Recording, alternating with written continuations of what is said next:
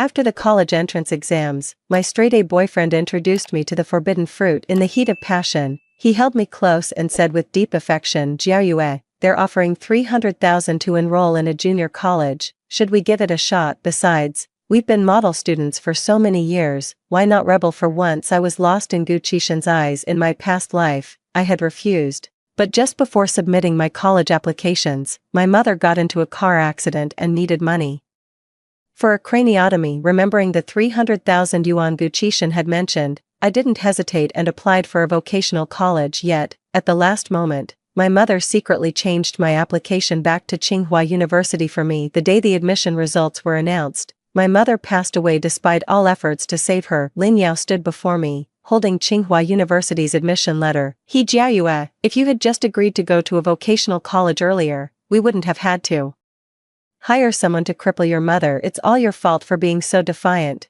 but I have access to the application system, so you can't win." "Did you really think Qishan liked you? He was just using you to get into Tsinghua University with me." Consumed by rage, I pulled her with me as I leaped from the top of the building. "Given a second chance at life, I will make sure they pay a devastating price." "One, what's on your mind?" "Jiayue," Gu Qishan waved his hand in front of my eyes. "Just thinking about what you said." I turned my head to look at him. He nibbled on my earlobe, his voice laced with a gentle coaxing tone. "Jiayue, I want to experience a different kind of life. We're such good students. We can make a name for ourselves anywhere. Besides, you'll be given 300,000. 300,000 is nothing to a rich kid like Gu Qishan, but for me, it was an irresistible temptation. In my past life, the moment he said those words, I shoved him away violently and threw the water from the table in his face. "Gu Qishan, you have someone to back you up." "But I don't." I threw down those words and ran out of the hotel, so I completely missed the flash of disgust in his eyes as I turned away. But now,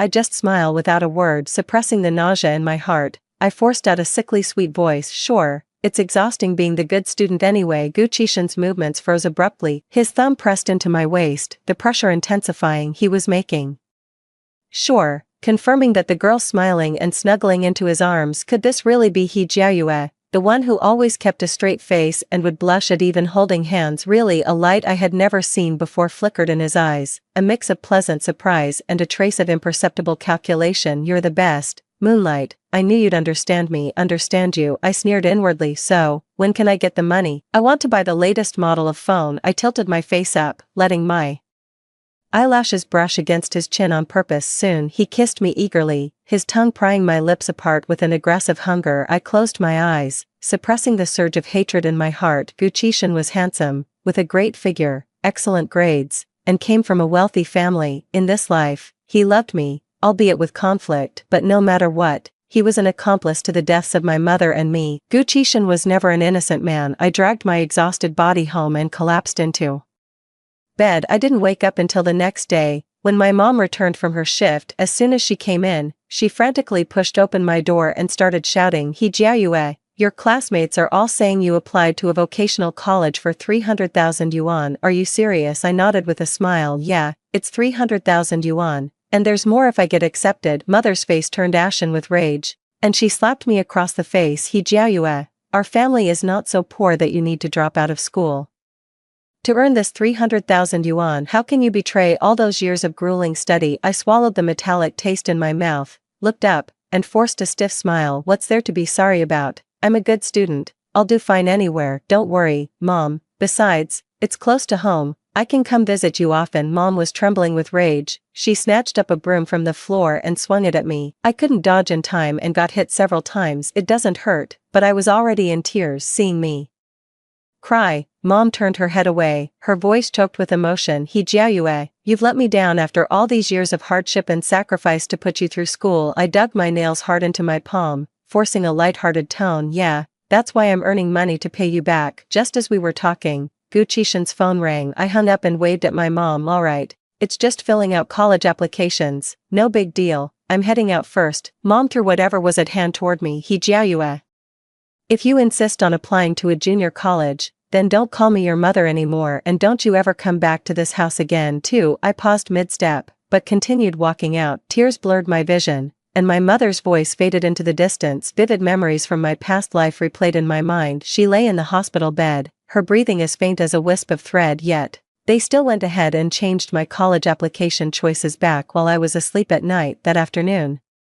Lin Yao wore a white dress, looking as pure as a gardenia blossom. She slapped the Tsinghua University acceptance letter right in my face, her fingertip traced over the characters of her name, Lin Yao, with a smile that was both innocent and cruel. He Jiayue, if you had just listened to Qi Shen and gone to the vocational college, how could your mother have gotten so worked up that it made her sick? Oh, right. The system for changing your application requires the original applicant's verbal consent. You just wouldn't agree, so we had no choice but to ask the driver to have a little chat with your mom. I coughed up blood, its metallic sweetness on my tongue, as her words held in my ears along with the wind, but I couldn't hear a single word of it anymore. Only one thought consumed me, to take her with me in death. So, I dragged her and leapt from the high-rise. Wind rushed into my ears, mingling her screams with the gasps of the crowd below. As my consciousness faded, I swore, if there is a next life, I will make every last one of them pay. The bright moon. Gu Qishan ran towards me, his hair damp with sweat at the temples, under the radiant sun. Qishan, let's go on a trip,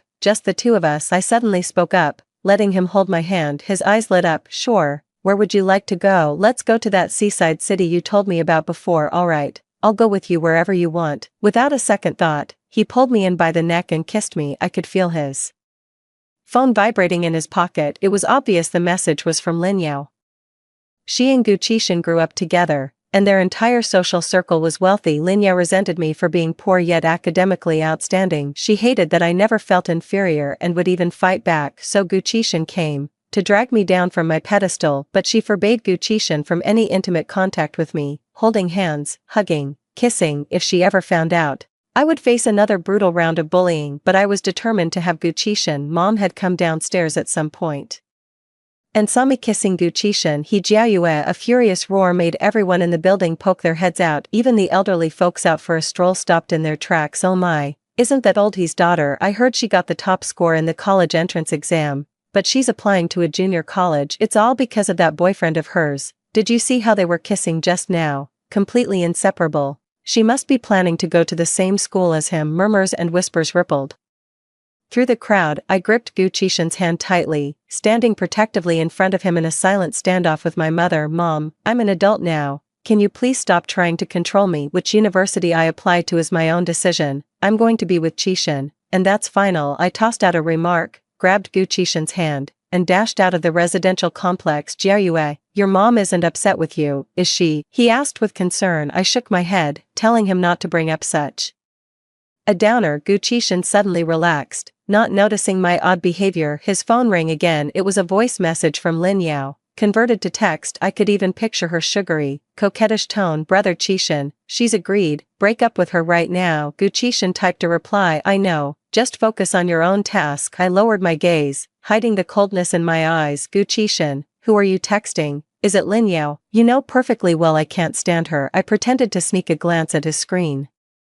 Frowning, I shook off his hand and stormed off. No, Jiayue, don't be angry. Gu Qishan instinctively denied it, turned off his phone, and came chasing after me. He grabbed me, clumsily lying as he tried to coax me over and over again. I looked at him, sneering inwardly. Fool, in my past life, you traded my mother's life for 300,000. In this life, I will trade you for my future. 3. On the day for submitting college applications, Gu Qishan came to pick me up early and took me to a cafe because that whole group of them had agreed to apply together. When the teacher found out I was seriously set on applying to a vocational college, she came looking for me specifically. Teacher Wang stood before me, panting and out of breath. Student He Jiayue, didn't you say you were aiming for Tsinghua or Peking University? What made you change your mind and apply to a vocational college? Mr. Wang, I have my own plans. Mr. Wang frowned, wanting to say more, but I cut him off. Mr. Wang, I've made up my mind. I'm applying to that junior college. Mr.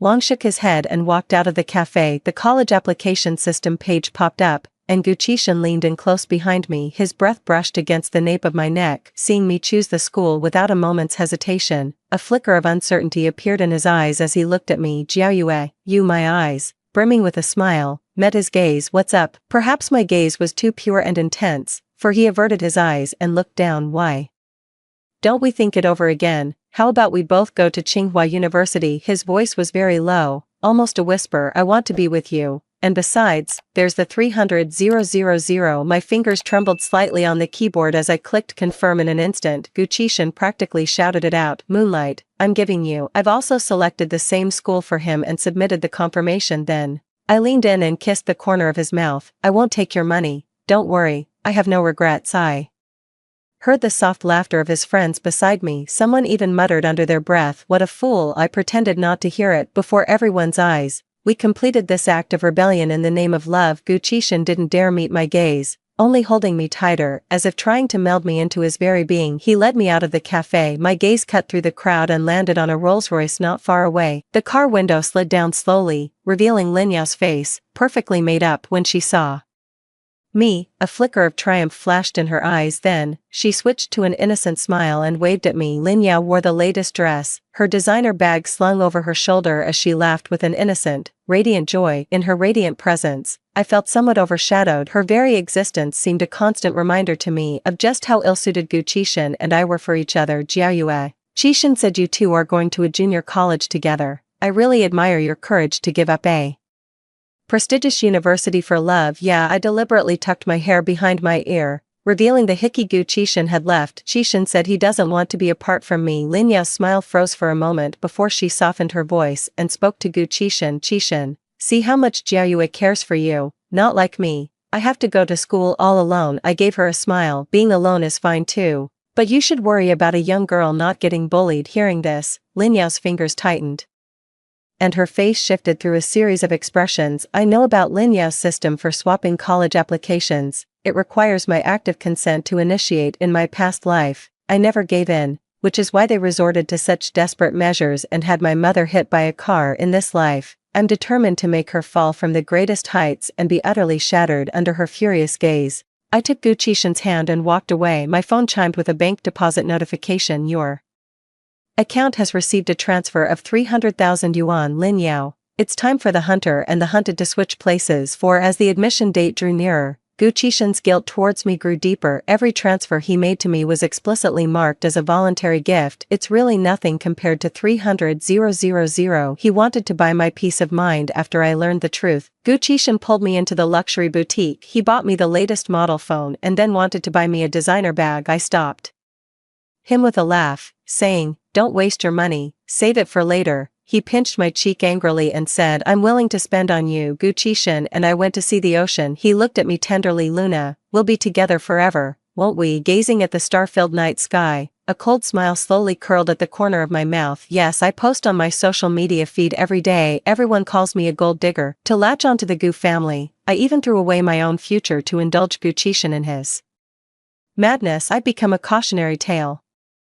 It even made the news. Online experts use my story as a cautionary tale for parents of high school students. I don't care, but I would sit alone on the balcony at night, lost in thought with the sea breeze. When Gucci-shan arrived, he saw my profile at its most heartbreaking, a gaunt frame, with tears that refused to fall. Jiayue, why are you crying? Gucci-shan's hand trembled as he wiped away my tears. The moment I opened my mouth, a choked sob escaped. Everyone says I'm terrible. Gucci-shan, am I really that bad? In high school, everyone said I bullied Lin Yao. Now, they all call me a gold digger, but I never bullied her, and I don't want your money. Gucci-shan seemed to think of something, a flicker of panic flashing in his eyes. I know you're not. I know, look at how well he acts. Pity. His eyes gave him away. The only reason he's with me is because Lin Yao said I bullied her, so he's using me to get back at my mom. Money, love, education, they want to use all this to break me, to leave me rotting in the dirt. He held me in his arms, repeating the words over and over. Nestled in his embrace, a faint smile touched my lips. Gucci-shan was becoming more and more attached to me. He always says he wishes time could stand still at this very moment, but the admission results are about to be announced. Lin Yao organized a college acceptance reveal party. She's been boasting everywhere lately that Tsinghua University's admissions office called her. Surrounded by admirers in her exquisite, expensive dress, she beamed with a radiant smile. Our Princess Yao Yao is truly amazing. Absolutely, Yao Yao has it all, wealth, beauty, and top grades. She's the ultimate female lead, not like he Jiayue, who settled for a vocational college just for the money. Our Yao Yao is the last person to worry about finances. Gucci-shan frowned upon hearing this. What are you all talking about? Everyone turned their heads, their eyes widening the instant they saw me. In their eyes, I had transformed from a country bumpkin into a graceful swan. He jiayue. I gave a slight nod. The bullies led by Lin Yao before me were already seething with rage. So it's true. Once you climb the high branch, you become a phoenix. I'm just afraid of taking a nasty fall when the time comes. I wonder which young lady she is, to be so unafraid of Gu Qishan's imposing presence. Carrying a wine glass, she walked past me and bumped into me, sending me stumbling. Seeing her friend stand up for her, Lin Yao grew even more defiant. The host took the stage to manage the crowd. Lin Yao had even invited all the teachers from the school to witness her moment of glory, and to trample me underfoot. The mail carrier with the acceptance letter was already at the door. The doors to the banquet hall swung open one by one. College acceptance letters were delivered. Lin Yao stood proudly in the center, awaiting her acceptance letters from Tsinghua and Peking University. Gu Qishan's hand, holding mine, was slick with sweat. Jiao. Before he could finish, he was interrupted by the mail carrier. Excuse me, are you MS? He Jiaoyue, your admission letter has arrived. My heart sank, but I feigned surprise on my face. Mine, but I applied to a vocational college. 5. Everyone gasped in astonishment, for the cover of the admission letter unmistakably read Tsinghua University. How could it be her? Didn't she apply to a vocational college? Did she secretly change her application choices back? That can't be right. I was there when we all submitted our applications together, and she specifically used up all her modification chances. Lin Yao's expression shifted repeatedly, staring at the admission letter in the courier's hand. Her eyes were practically blazing with fury, but she immediately put on a look of absolute confidence. Jiayue, I know you want money again, and you're too proud to admit it, but in front of all these teachers and classmates, you can't collude with the postman to deceive everyone. Jiayue, you should face the consequences of your own decisions. Lin Yao spoke gently, her voice soft yet carrying clearly to every corner of the banquet hall. Everyone was laughing at me, their voices loud and mocking. I lowered my head, my face flushing crimson, and remained silent. Seeing my humiliation, a faint smile touched the corner of Lin Yao's lips, yet she considerately continued speaking. Hey, delivery guy, Jiaoyu has her pride too. Maybe save hers for last. She'd be really upset if you announced her school in front of everyone. With every word Lin Yao spoke, Gu Qishan's grip on my hand tightened. Yeah, man, save he Jiaoyu's for the end. Give her a moment to brace herself. The classmates chimed in one after another. Even the teacher who had once believed in me the most now looked at me with utter disappointment in their eyes. The teachers shook their heads repeatedly. Hey, buddy, take a closer look. Whose admission letter is that in your hand? Upon hearing this, the mail carrier lowered their head and examined it carefully. He slapped his forehead and said apologetically, oh, you're right, it's not he Jiaoyue's, it belongs to Lin Yao. The moment he finished speaking, the banquet hall erupted in uproarious laughter, followed by applause. Ha ha ha, I knew it wasn't he Jiaoyue's, this is hilarious. Doesn't she feel embarrassed? I knew our Yao Yao was amazing, all that hard work paid off, and she got accepted into Tsinghua University straight away. Lin Yao looked at me and spoke in a comforting tone. It's okay, Jiaoyue. If you have any regrets, you can always retake the year. After saying that, she hugged me and patted my back gently. He leaned in close to my ear, his voice vicious and triumphant. He Jiaoyue, you can't beat me, so what if you're a good student? Even if you don't choose a vocational college yourself, it's useless. I will always go to Tsinghua, and you will always rot away in some community college. You like defying me, don't you? Do you think you're safe now that you've latched onto Qishan, that big tree? Do you really think the Gu family would want a poor woman like you, who only cares about money? Oh, that's right, you don't even have an education anymore. Did you know, Qishan never liked you, he was just using you to get your consent, so that I could go to Tsinghua University with him. I hugged her back, beaming with a radiant smile. Just like in the previous life, you still love to show off and can't keep anything to yourself, but I love it. I love watching someone fall from the peak of their happiness and glory right down into the abyss. Is that so? But he said he likes me. Lin Yao, I hope you keep on winning, I whispered into her ear, annoyed by me. Lin Yao let go of her embrace and pushed me away. I stumbled backward a step, and thankfully, Gu Qishan rushed forward to catch me. Yao Yao, you. He instinctively furrowed his brow in reproach. Lin Yao's friends immediately gathered around, but didn't dare make a sound. I had to change the subject. Yao Yao, open it, let's see what Tsinghua's acceptance letter looks like. Lin Yao snorted at me, then put on an air of elegance as she held their hands back. Don't rush, I'll open it later with Qishan. The very next letter in the mail carrier's hand was Gu Qishan's admission notice. Please sign here. Gu Qishan signed it quickly. I saw Tsinghua University printed on the cover. Everyone saw it. Tsinghua only admitted 2 people, and who would have thought it would be Yao Yao and Gu Qishan, their childhood sweethearts, a perfect match from equally prominent families. Looks like someone's dreams have been dashed. She thought she could marry into wealth, but he was just toying with her. I wrenched my hand free from Gu Qishan's grasp, my eyes red-rimmed. Gu Qishan, you lied to me. Gu Qishan frantically tried to grab me, but he was held back by Lin Yao and surrounded by our classmates. Lin Yao's smile was bold and triumphant. He Jiao Yue, some things just aren't attainable through effort alone, money, education. Qishan, you have none of them. Yao Yao, hurry up and open it, don't waste your breath on that gold digger. Everyone clamored to see their admission letters with an air of haughty superiority. Lin Yao tore open the envelope the next instant. Her smile froze on her face as she saw what was inside. Those gathered around her saw it too. What's going on? Could there have been a mistake? Yao Yao, didn't you say Qinghua's admissions office already called you? Could the mail carrier have made a mistake? Gasps of shock rippled through the room. Lin Yao kept turning the envelope over in her hands. The words Tsinghua University were clearly printed on the outside. 6. Lin Yao let out a shriek and confronted the mail carrier loudly. This isn't my admission letter, it's He Jiayue's. Did you and He Jiayue scheme together? The mail carrier, frightened by her, backed away repeatedly. No, someone had taken Gu Qishan's envelope and opened it. Let's check Qishan's, and we'll know what's going on. It could be opened. Congratulations to Gu Qishan on his admission too. Tsinghua University. Everyone exchanged bewildered glances. The envelopes from Tsinghua University looked identical on the outside, but their contents were worlds apart. The teachers gathered around as well, for such an unexpected turn of events had never happened before. I made my way through the crowd, and my eyes met Gu Qishan's. Gu Qishan, so you've been lying to me. My lips parted, my eyes filled with the disbelief and despair of betrayal. Gu Qishan pushed through the crowd and ran towards me. Jiayue, listen to me. No, it's not like that. I haven't. My parents changed it for me. I didn't mean to lie to you. I just wanted to hear you say you'd go to community college with me. I never expected you to be so resolute. He hung his head and spoke urgently. I slapped him across the face with all my strength. Lin Yao screamed as she ran towards me, trying to grab my hair, but I dodged her. He Jiayue, you bitch. The mail carrier took out the final envelope. There's another one. This one is for He Jiayue, also from Tsinghua University. A deathly silence fell over the room. Every eye in the room was fixed on me, their gazes filled with shock, confusion, and a hint of disbelief. Gu Qishan whipped his head around to look at me, his lips parted, but it took him a long moment to finally speak. Jiao you, how could you? I ignored her and tore open the envelope. Congratulations to He Jiayue on her admission to Tsinghua University. Lin Yao finally snapped out of it. She pointed at me, her voice shrilled. This can't be. No, why, you promised me. He Jiayue,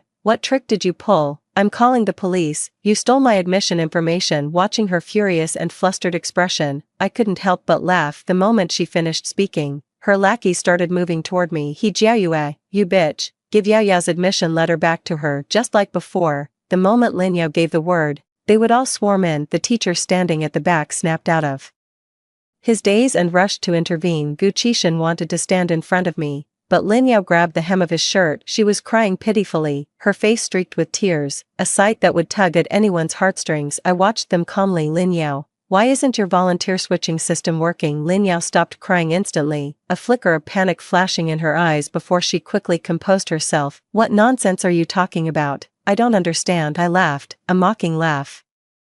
Don't understand. I already agreed to go to the vocational college, so the university's my Gaokao score qualifies for should have been yours. Why isn't it working now? My words completely flustered her. You, how did you know? I looked her straight in the eyes. I know far more than you could ever imagine. Gu Qishan's face turned deathly pale at my words. The bright moon. He thought I would never find out about these things, but I've known all along. I was just playing along with his act. He looked into my eyes, searching for a trace of affection for him, but there was none, only mockery, only glee. Lin Yao, you're such a fool, you don't even understand how your own system works. But then again, a mindless person like you only knows how to bully others. I laughed recklessly, enunciating each word with deliberate slowness. Your system has a fatal bug. It requires me to personally say the words. I am willing to attend a vocational college. I only said I was willing to sink into depravity with Gu Qishan, to rebel, to be a bad student. Lin Yao completely lost control. That's a lie. The system doesn't work like that. She started screaming about her system. Gu Qishan's face also turned deathly pale, and he lowered his gaze. I tapped the cardboard in my hand, counting down the seconds in my head. 3, 217. The sound system crackled to life as the video began playing on the large screen. Heroine, you're such a lowlife, just like your broke-ass mother, all dressed up every day. Who are you trying to seduce? Come on, strip her clothes off. Let's all see how much of a slut she really is. Smiling, I pulled a utility knife from my sleeve and pressed it against my neck. Come on. Then the sound suddenly ceased. Perhaps my gaze was too terrifying. As the onlookers outside all gasped in shock. In the video, they gathered around me in the banquet hall. They surrounded me just the same. Then, more and more videos were released. The number of victims featured in the videos kept growing. Besides me, many others like me had suffered their bullying. Some were forced to transfer schools, some succumbed to depression and took their own lives, and some ended up joining their ranks. For 3 years, I fought back, but I couldn't fight back. Lin Yao's family was wealthy, and the others all came from families of considerable means and status. A single word from them could destroy my family and ruin my mother's life. It's fake. This is all fake. Turn it off now. Lin Yao and the other bullies all began screaming, scrambling to shut down the video player.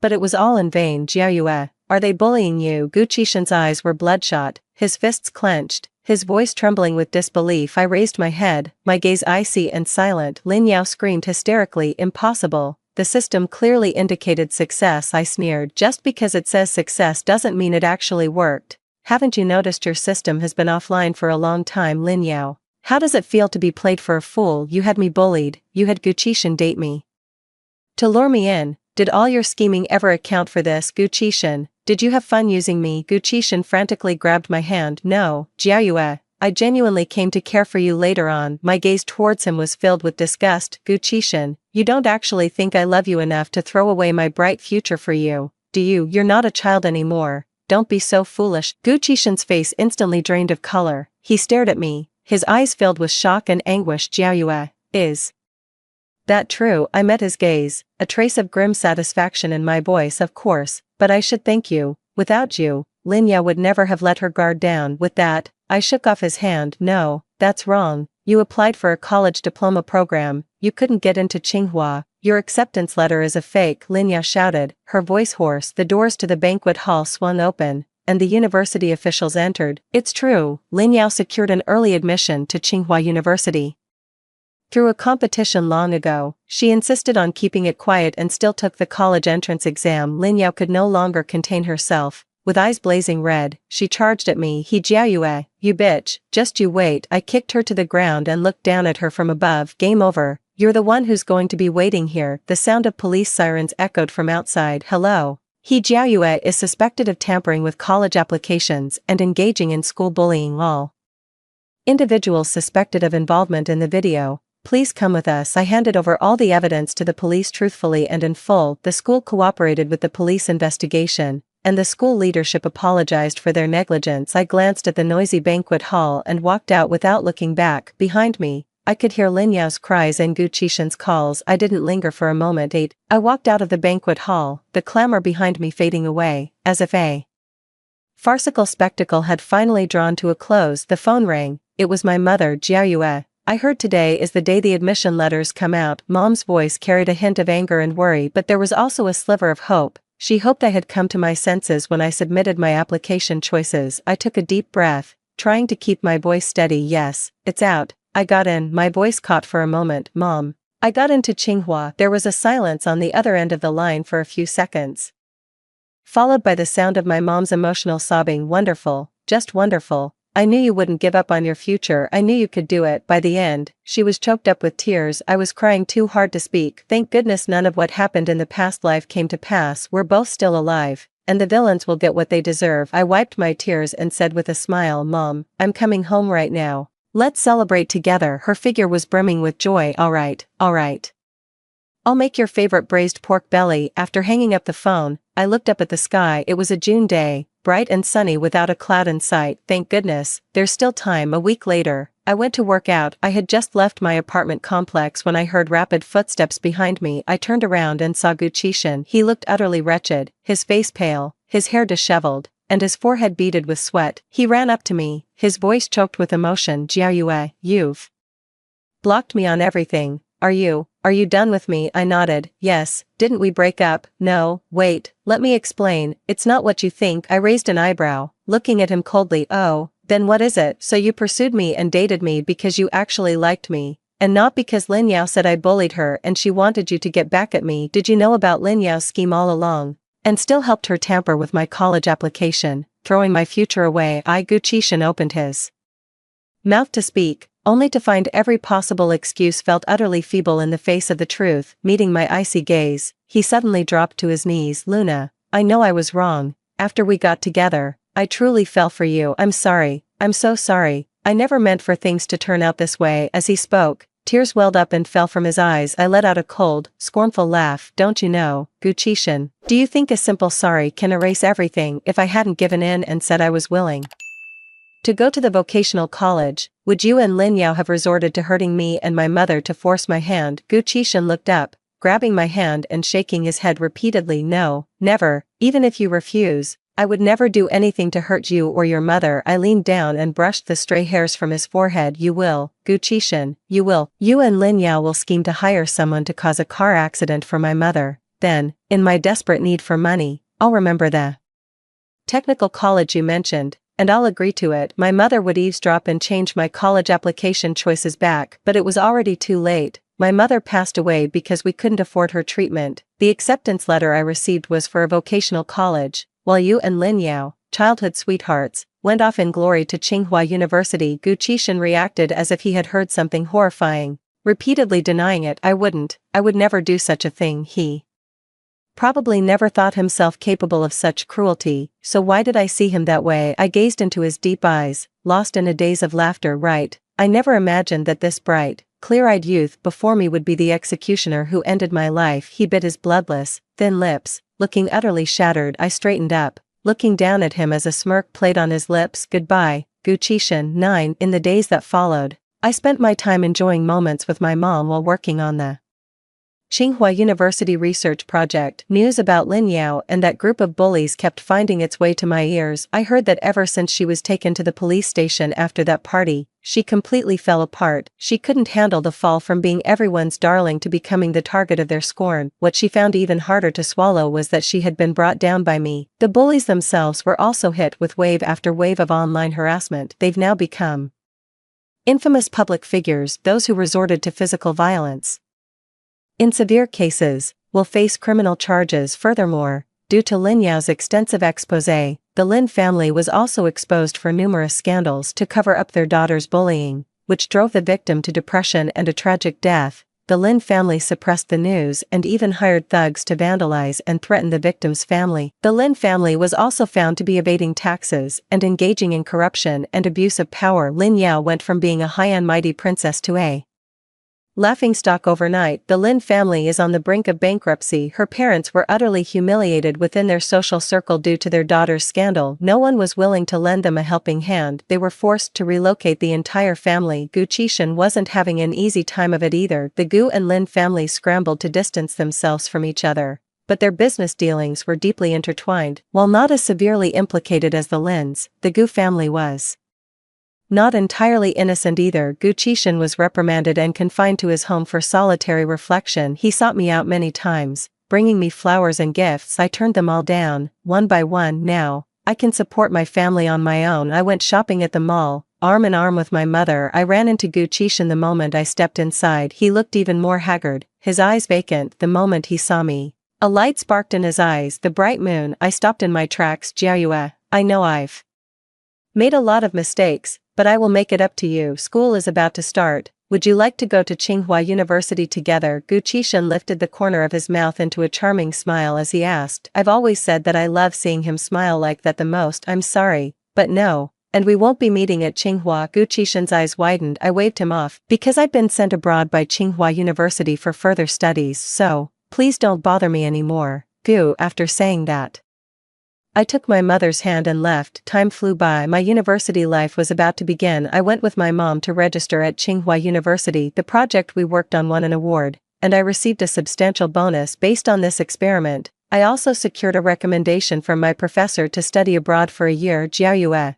I hope you will return after your studies to contribute to our country." As I was leaving, the Tsinghua professors placed great hopes in me. I delivered a speech as the freshman representative. Life is like a marathon. Along the way, you'll encounter mud, setbacks, and even malicious obstruction from others, but remember, they cannot defeat you. If you are resilient enough, clever enough, and brave enough, you will surely break through the darkness and welcome your own dawn. The auditorium erupted in thunderous applause. I bowed with a smile, and through the crowd, I saw my mother in the audience, her face beaming with a proud and happy smile. Outside the window, the sunlight was perfect, streaming through the glass to fall upon me, warm and bright. I knew that my story was only just beginning. This time, I will move forward with hope and determination, ready to embrace the future that belongs to me. The end. Story 2. On a stormy day, Joey kicked me out of the car to go comfort his depressed and unwell white moonlight. It caused me to have a miscarriage and left me infertile. After being discharged from the ICU, the first thing I did was beg old Master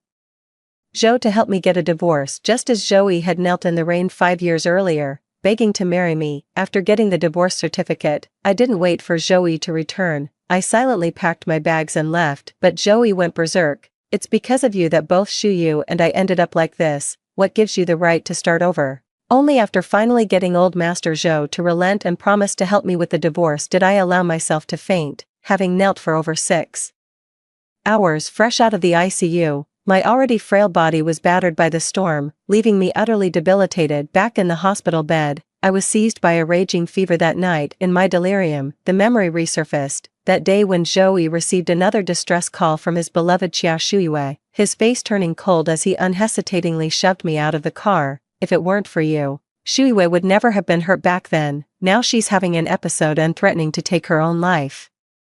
This is a matter of life and death, and you still dare to stand in my way. Ningzhen, what happened to you? If anything happens to Shuiwei, how could you ever sleep soundly again?" His good breeding kept him from uttering blunt, cutting words like vicious or selfish, but the coldness in his eyes left no doubt about his contempt for me. His gaze sent a chill straight through me. Drenched by the heavy rain, I stood frozen outside the car door, staring at Joey, my lips turning a purplish blue from the cold. He didn't give me an umbrella. Perhaps he forgot, but since he didn't say anything, the driver didn't dare to offer one either. Still, I want to explain myself. I'm pregnant. This child we've waited 5 years for has finally come, and I was just. Yet Joey had no patience to wait for me. Before I could utter a word, the car door slammed shut. The car sped away before my eyes. It was the suburbs, and with the torrential rain, there were hardly any cars on the road. Fearing for my child's safety, I swallowed my pride and, with a heart-wrenching pain, called Joey to beg. "Joey, could you give me a ride back to the city? I'll get out halfway. I promise I won't disturb you too. I'm preg." "Ningzhen, is this little tantrum of yours really necessary?" Joey's low voice was laced with boundless fury, cutting me off before I could even finish my sentence. "You know perfectly well Shuiwei doesn't want to see you. Can't you just give it a rest?" He hung up on me without a second thought. When I tried calling back, I found I was already blocked. I called the driver. The phone rang twice before I was blocked again. I crouched down, clutching my stomach, and let out a bitter laugh. I knew it, time and again, every single time. It ends like this, yet I still have to bang my head against the wall one more time before I finally give up. The cold rain mingled with my warm tears as they silently fell. I said to myself, over and over in my heart, perhaps this is fate too. Joey and I got together during our freshman year. When you count it up, it's been 10 years now. He was the one who pursued me first. Back then, I didn't know that Joey had just been stood up by Xia Shuiwei, who had promised they would get into the same university and date openly once they were there. Xia Shuiwei grew up with Joey. She was his childhood sweetheart and his unattainable goddess, his first love. Elegant and delicate, she was like a jasmine flower with a subtle fragrance. Her slender neck, tall figure, every smile and gesture captivated Joey's heart and soul. When Joey confessed his feelings to me, no one told me that his first love had quietly gone abroad to pursue her dancing dream, without even a proper goodbye. So it wasn't until the 3rd year of our marriage, when Xia Shuiwei returned from overseas, that I was kindly informed by friends that Joey had chosen me simply because my clear, bright eyes looked just like hers when I smiled. Throughout our courtship and the first 3 years of marriage, Joey was gentle, considerate, and knew exactly how to handle every situation. He was a perfectly suitable and attentive partner in every way. Even my own brother Ninghai, who grew up with me through thick and thin, spoke highly of him. At our wedding, he even declared in front of everyone that he felt completely at ease and trusting his sister to Zhou Yi. It never crossed my mind that all of Zhou Yi's thoughtfulness stemmed from the discipline of another woman. It wasn't until that very moment that the truth finally dawned on me. Yet, I still never once considered divorce. It's not that I haven't had my doubts, questioning the depth of this relationship, but whenever I remember that year right after graduation, when old Master Zhou told me how Zhou Yi knelt outside for a whole day in a downpour, just to take me to meet his family, and fell seriously ill because of it, all that, just to persuade the stubborn old Master Zhou and Zhou Yi's parents, who refused to see me, to give me a chance even after that meeting, when his parents still refused to let me marry into the Zhou family. Zhou Yi chose to stand by me and accept his family's punishment. That year, the pampered young master was kicked out of his home and squeezed into a shabby, 10-square-meter rental apartment with me. We went to the market together, cooked together, cleaned together, and commuted to work together. Through those poor and trying days, Zhou Yi never uttered a single complaint. In the end, I couldn't help but feel my heart ache for him. I watched as his delicate, sensitive skin, unable to afford clothes and bedding of the right quality, frequently broke out in allergic rashes and itched, keeping him awake night after night, watching his once slender fingers grow rough and calloused from all the washing and cooking, watching him lose over 10 pounds in a year, his once robust and upright frame becoming gaunt and sun-darkened. I was so heartbroken I couldn't sleep night after night. So,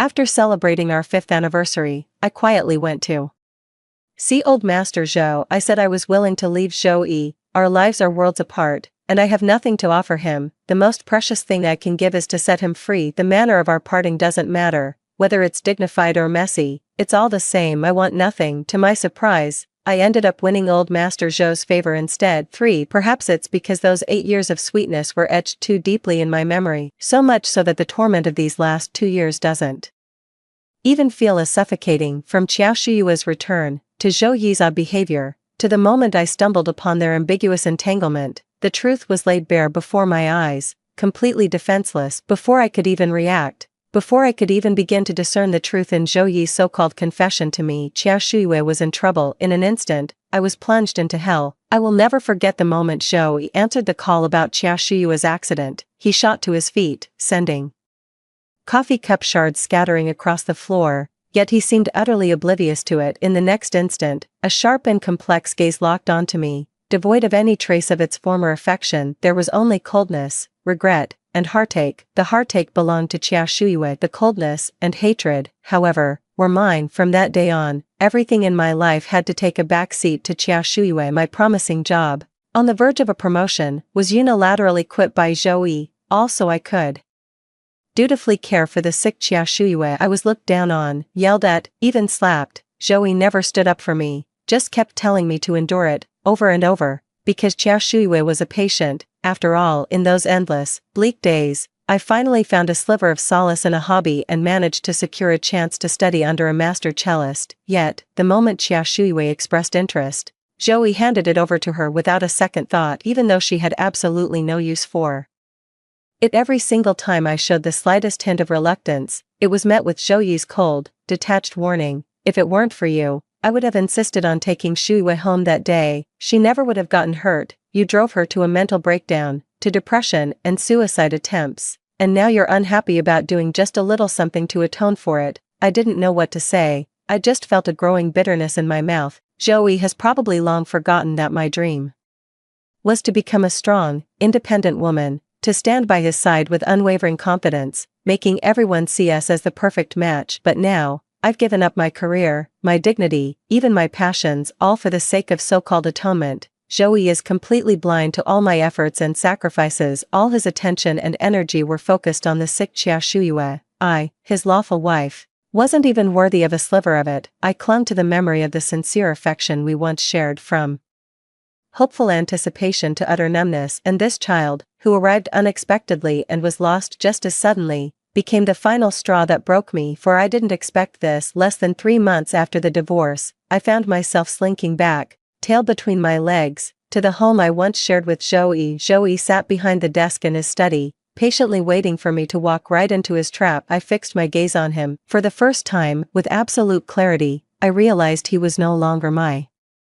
lover. He was young Master Zhou of the publicly listed Hengyue Group, a master strategist whose every move shaped the fates of countless people. He was Xiao Shuyue's childhood sweetheart, an aloof and noble young master. I'm back. What will it take to let my brother go? I asked, my voice calm. I was still clutching the heavy suitcase, the light sweat on my brow not yet wiped. Not having had a moment to even take a sip of water, I was covered in the dust of the road. Have a seat. Here, have some water first. Joey ambled over, took the suitcase from my hand, and pulled out the chair for me. His tall, straight frame completely loomed over me. I lowered my eyes and flinched slightly, then quickly shifted aside and took the seat. The divorce was handled with the old man's help. You were abroad at the time, accompanying Miss Chiao on her trip. I waited for you, but you never came. It didn't feel right to overstay my welcome, so I left on my own. I swallowed hard, doing my best to hide the stiffness in my voice. My brother is still in prison awaiting trial.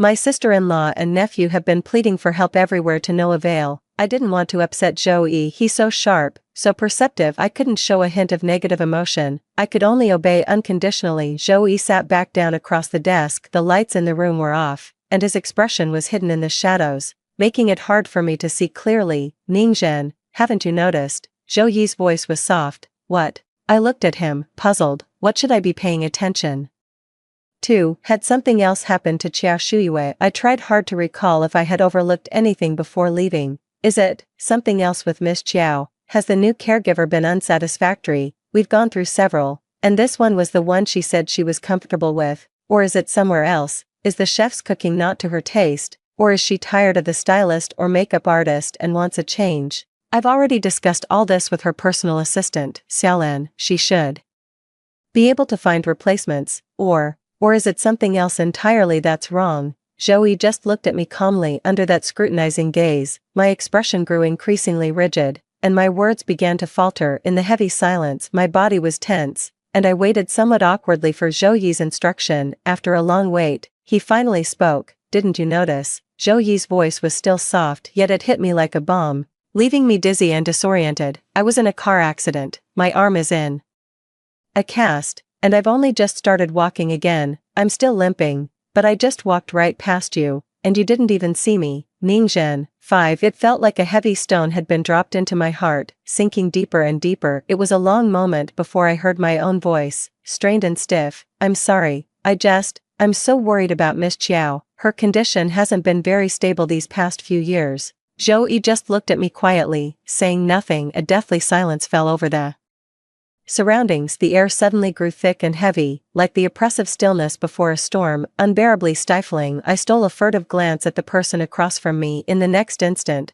I was struck by the boundless sorrow in his eyes. That gaze, which seemed to see right through everything, left me with nowhere to hide. The story between Zhou Yi and me wasn't some simple tale of a rich young master and a poor, delicate flower. We are deeply attracted to each other and share the same core values. We're the kind of soulmates people talk about online, the ones with an intense, almost primal, physical chemistry for each other. Sometimes, we understand each other even better than we understand ourselves. Zhou Yi often says we're very much alike. Apart from our vastly different family backgrounds, our choices often align without prior discussion. That was precisely why Zhou Yi refused to break up with me that year. No matter how much his family pressured him, he said a soulmate connection is one in a million. If we let it slip away, we might never find another in this lifetime. He didn't want to live with that regret. I didn't want to have any regrets either. So that year, even though I knew the odds were against us, I still chose to stand firmly by Zhou Yi's side. At that moment, I knew instantly, Zhou Yi had probably already figured it out. I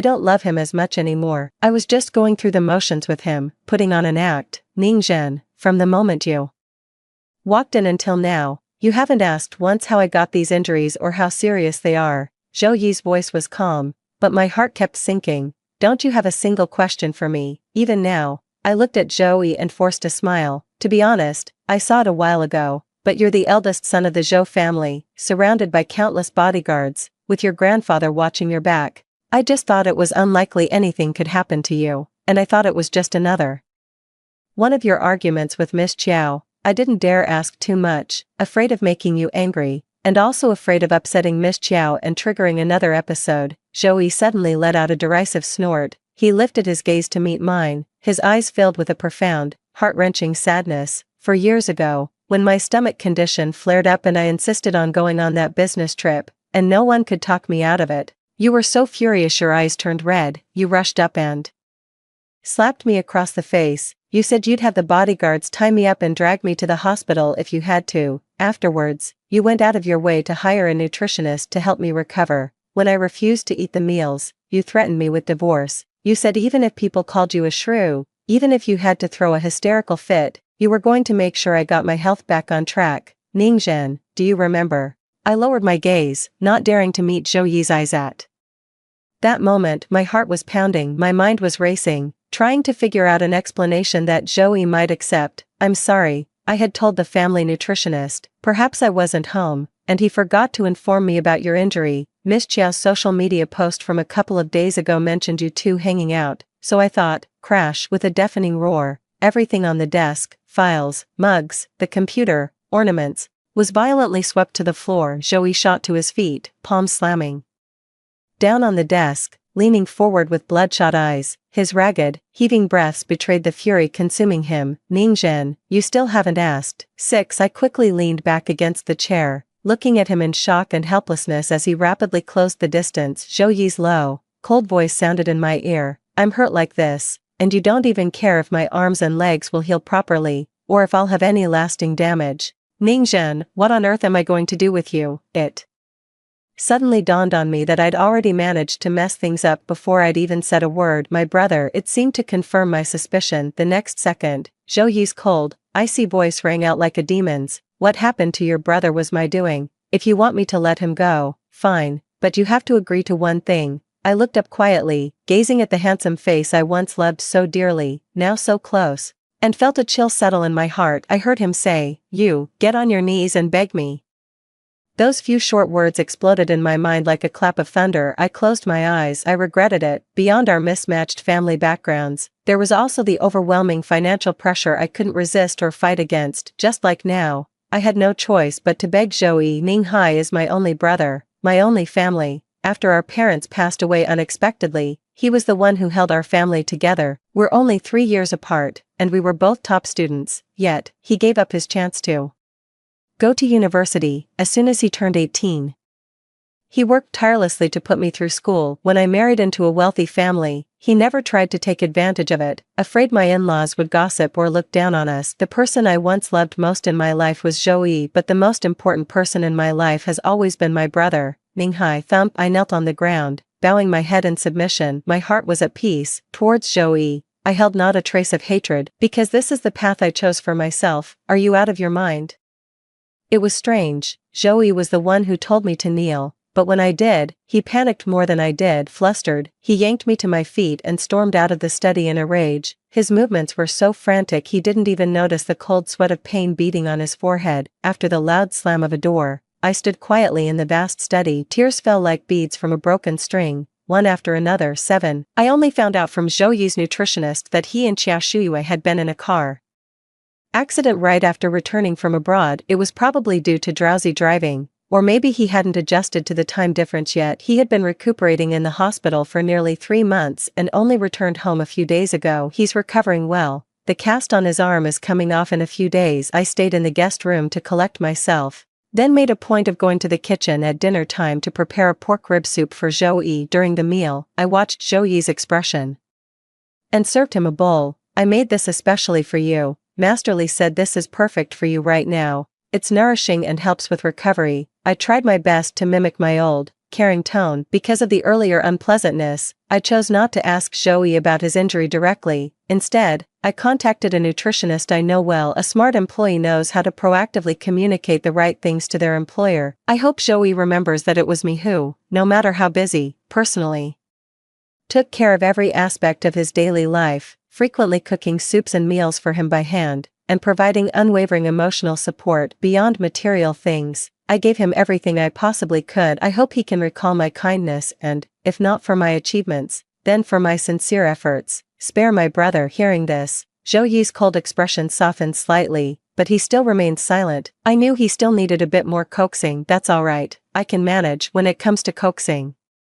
Zhou Yi, I'm prepared for it to be a process. not something that happens overnight. The days when a single word from me could make Joey beam with delight are long gone. Between us at the dinner table, despite being ravenous, I barely ate a bite myself, focusing entirely on serving Joey food and soup. I just hoped that a good meal might lift his spirits a little. Maybe if he's in a better mood, my brother will be okay. What's the story with the divorce certificate? The meal was nearly finished. Joey sipped his soup slowly, bringing up the matter as if it were an afterthought. His tone was flat, his eyes fixed on the soup bowl. I couldn't read his emotions. With a heart full of trepidation, I had no choice but to carefully weigh my words. I'm sorry, I went for a medical checkup recently and found out that I seem to be infertile. I'm so sorry. I was the one who went to Grandpa. For the past 5 years, you've shouldered all that pressure for me, and yet perhaps we were just never meant to be. Miss Chow is the one who truly suits you best. For the sake of the company's stability and our family's harmony, I can't continue occupying this position without guilt. You deserve a proper heir, and for the past 2 years, I've felt terribly sorry for Miss Chow. She loves you so deeply. If she could marry you and have your child, I believe her illness would surely be cured. I'm sorry, Joey. In our 10 years together, it was always you giving, and me unable to give you anything in return. You know, if all I can do is take from you and drain you, then I'd rather leave. I'm choosing to walk away with nothing, and I won't fall in love with anyone else in the future. No one could ever replace the place you hold in my heart. I hope that you and Miss Chow will find happiness and fulfillment together. I kept my head bowed, tears falling silently. By the end, my voice had choked up, and I could no longer speak. Tears fell one by one into the bowl, blossoming into sorrowfully beautiful ripples, but I knew these were crocodile tears. All of these explanations were prearranged between Old Master Zhou and me. Before returning to this house, I called Old Master Zhou,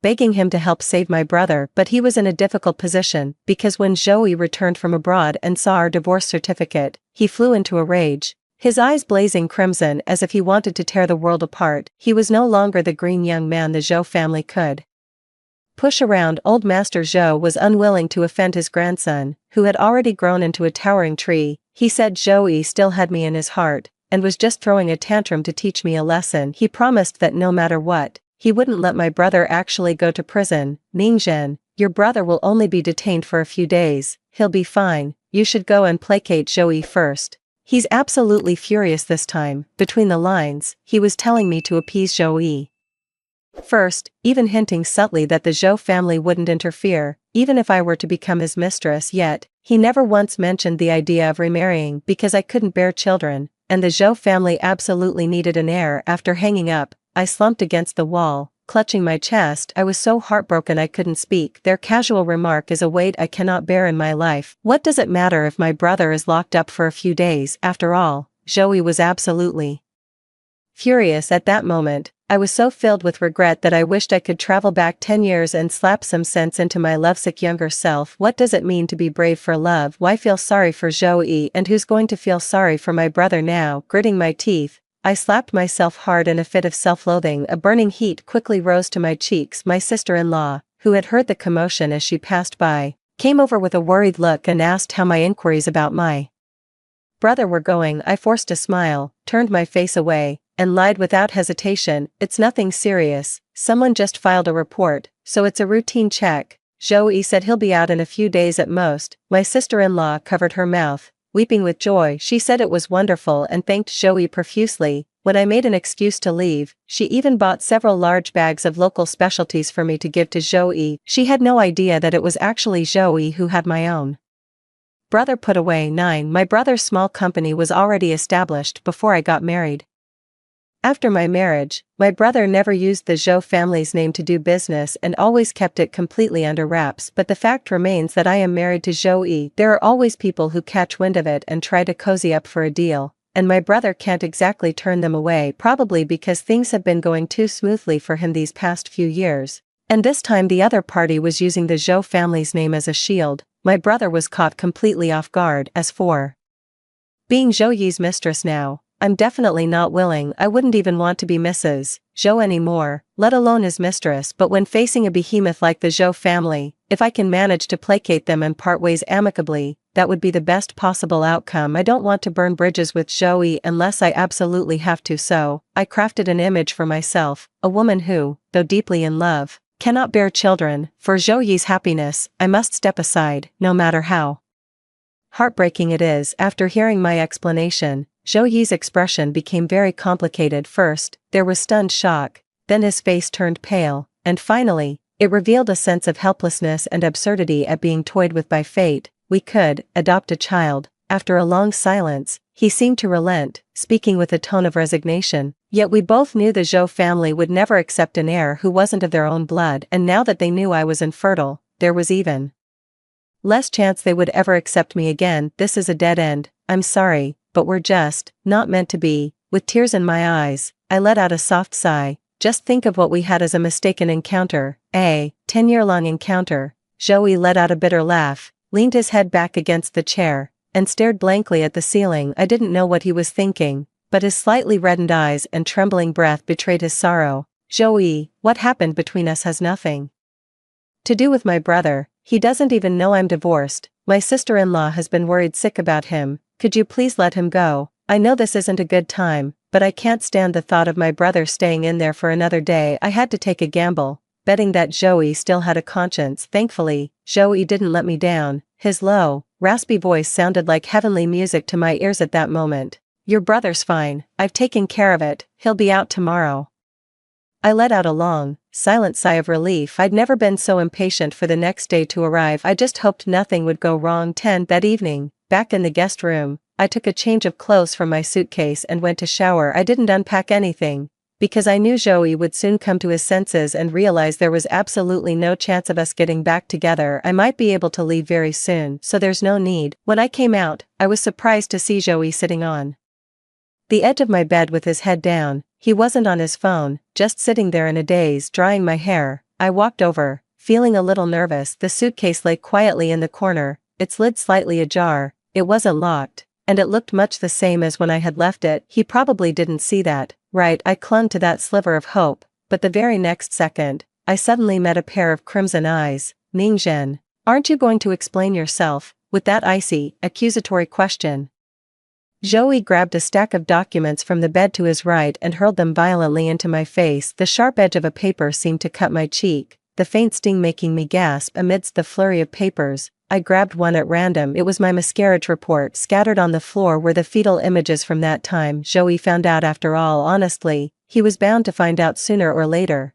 I ran into his special assistant when I was at the hospital before, even though old Master Zhou had privately warned the assistant not to speak out of turn. Given my understanding of that loyal subordinate, he would tell Zhou Yi sooner or later. It was inevitable, but if only the timing could have been a bit later, even just one day later would have been better. I felt a pang of regret in my heart, but since I was already here, I had no choice but to accept it with grace. Putting on this insincere act in front of Zhou Yi was far more exhausting than I had imagined. Moreover, I didn't want to wait on Xia Shuyue for a single day longer, but knowing Zhou Yi as I do, he won't give up easily. Rather than dragging things out with all that uncertainty, it's better to just tear off the mask now. I don't want Zhou Yi to find out the truth one day and have my brother thrown back in jail. I truly wanted a clean break. I truly wanted to preserve the beautiful memories we once shared, but I knew from the start the odds were slim. In fact, by forcing a confrontation, my chances of winning are actually higher. So at that moment, I felt no panic at all. Instead, with a chilling calm, I plunged the first knife into Zhou Yi.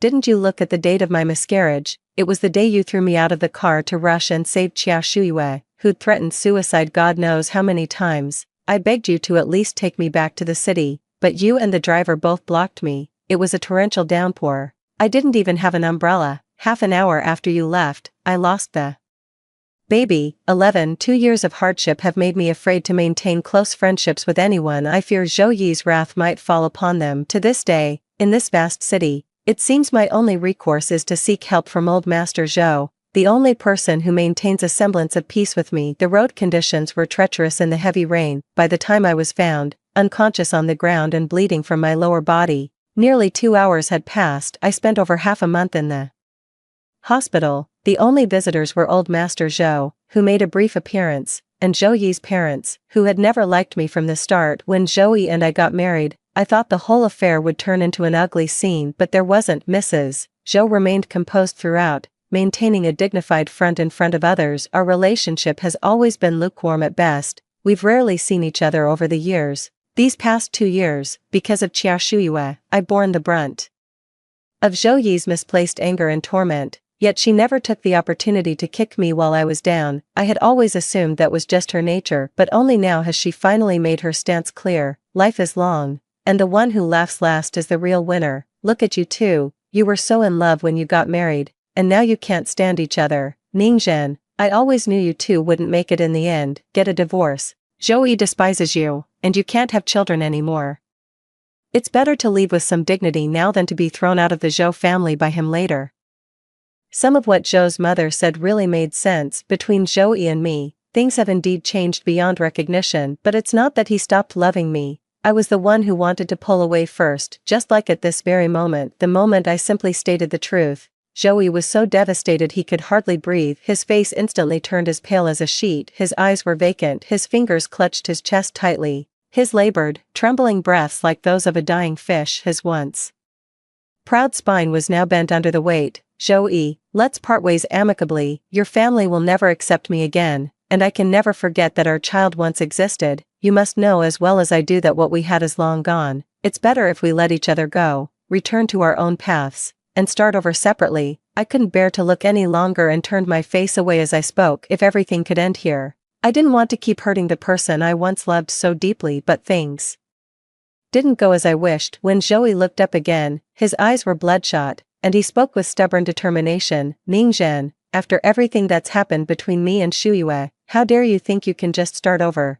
12. I gave him an inscrutable look. I thought Zhou Yi had come to his senses this time, but it seems he's still not quite there yet. So, are you and Xia Shuiyue in this situation because of me? I tried to guide Zhou Yi into voicing his true thoughts. He certainly didn't disappoint, isn't it? Shuiyue is back in the country, as her childhood friend. Am I not even allowed to have a meal with her? I've already been honest with you. Yes, I had feelings for her, but that's all in the past. We're married now, and Shuiyue and I have never once met up alone in private. Why are you still so jealous? If it weren't for your irrational jealousy, I never would have let those two men take a drunk Shuiyue away right in front of me. Then none of this would have happened to her. Ningzhen, I don't want to use overly harsh words to describe you, but for 2 years, you've witnessed every single one of Shuyue's emotional breakdowns, her depression, her suffering, and yet, you haven't shown a shred of genuine remorse. I'm so disappointed in you. Just as I thought, the mere mention of Xia Shuiyue made Zhou Yi lose all sense of reason. A deep sorrow welled up inside me. Zhou Yi, I wasn't lying to you. Even if my period was painless 10,000 times, it doesn't mean it would never be painful again. You saw it yourself that day, the cold sweat on my face, my pale lips. I was just overworked during that period, and after getting caught in the rain and taking a cold shower the day before, my period came on suddenly with excruciating pain. Zhou Yi chose to take me to the hospital for my period cramps, leaving behind Xia Shuiyue, who was drunk after drinking with friends because she was in a bad mood. I never expected something like that to happen. What's more, I never imagined that Zhou Yi thought my pain was fake the entire time. Upon hearing this, Zhou Yi just sneered coldly. I know he still doesn't believe me, but I'm done holding back because I've realized that my 2 years of silent endurance have been nothing but a joke. Zhou Yi, no matter what you think, I am not at fault in the slightest regarding Xia Shuiyue. The real wrongdoers were those two criminals, and they have already faced justice. If you pity Xia Shuiyue and are willing to pay for her future, fine, but don't drag me into it. After my brother is released tomorrow, I will leave. You will never see me again. You think I'm unrepentant, but I'm just as dissatisfied with you. For 2 years, you've failed to distinguish right from wrong, and you've been a profound disappointment to me. My defiant attitude must have provoked Zhou Yi, as his expression instantly twisted into a snarl. Don't even think about it. If you had a clear conscience, why would you willingly stay at the hospital for 2 years, waiting on Shuiyue? With your temper and pride, you'd never let her degrade you and trample on your dignity like that. Ningzhen, don't play the victim. You're just atoning for your own sins, and your brother, he can rot in there for all I care. He has no one to blame but himself for having a sister like you. He worked his fingers to the bone to put you through everything, but forgot to teach you basic decency. He deserves every bit of this. Smack, tears welling in my eyes. I slapped Zhou Yi across the face with all my might. So he had seen me suffer all along, yet chose to stay silent and turn a blind eye. I feel like I was blind back then, and now I'm even dragging my brother into this mess. Of course, it's not for Xia Shuyue.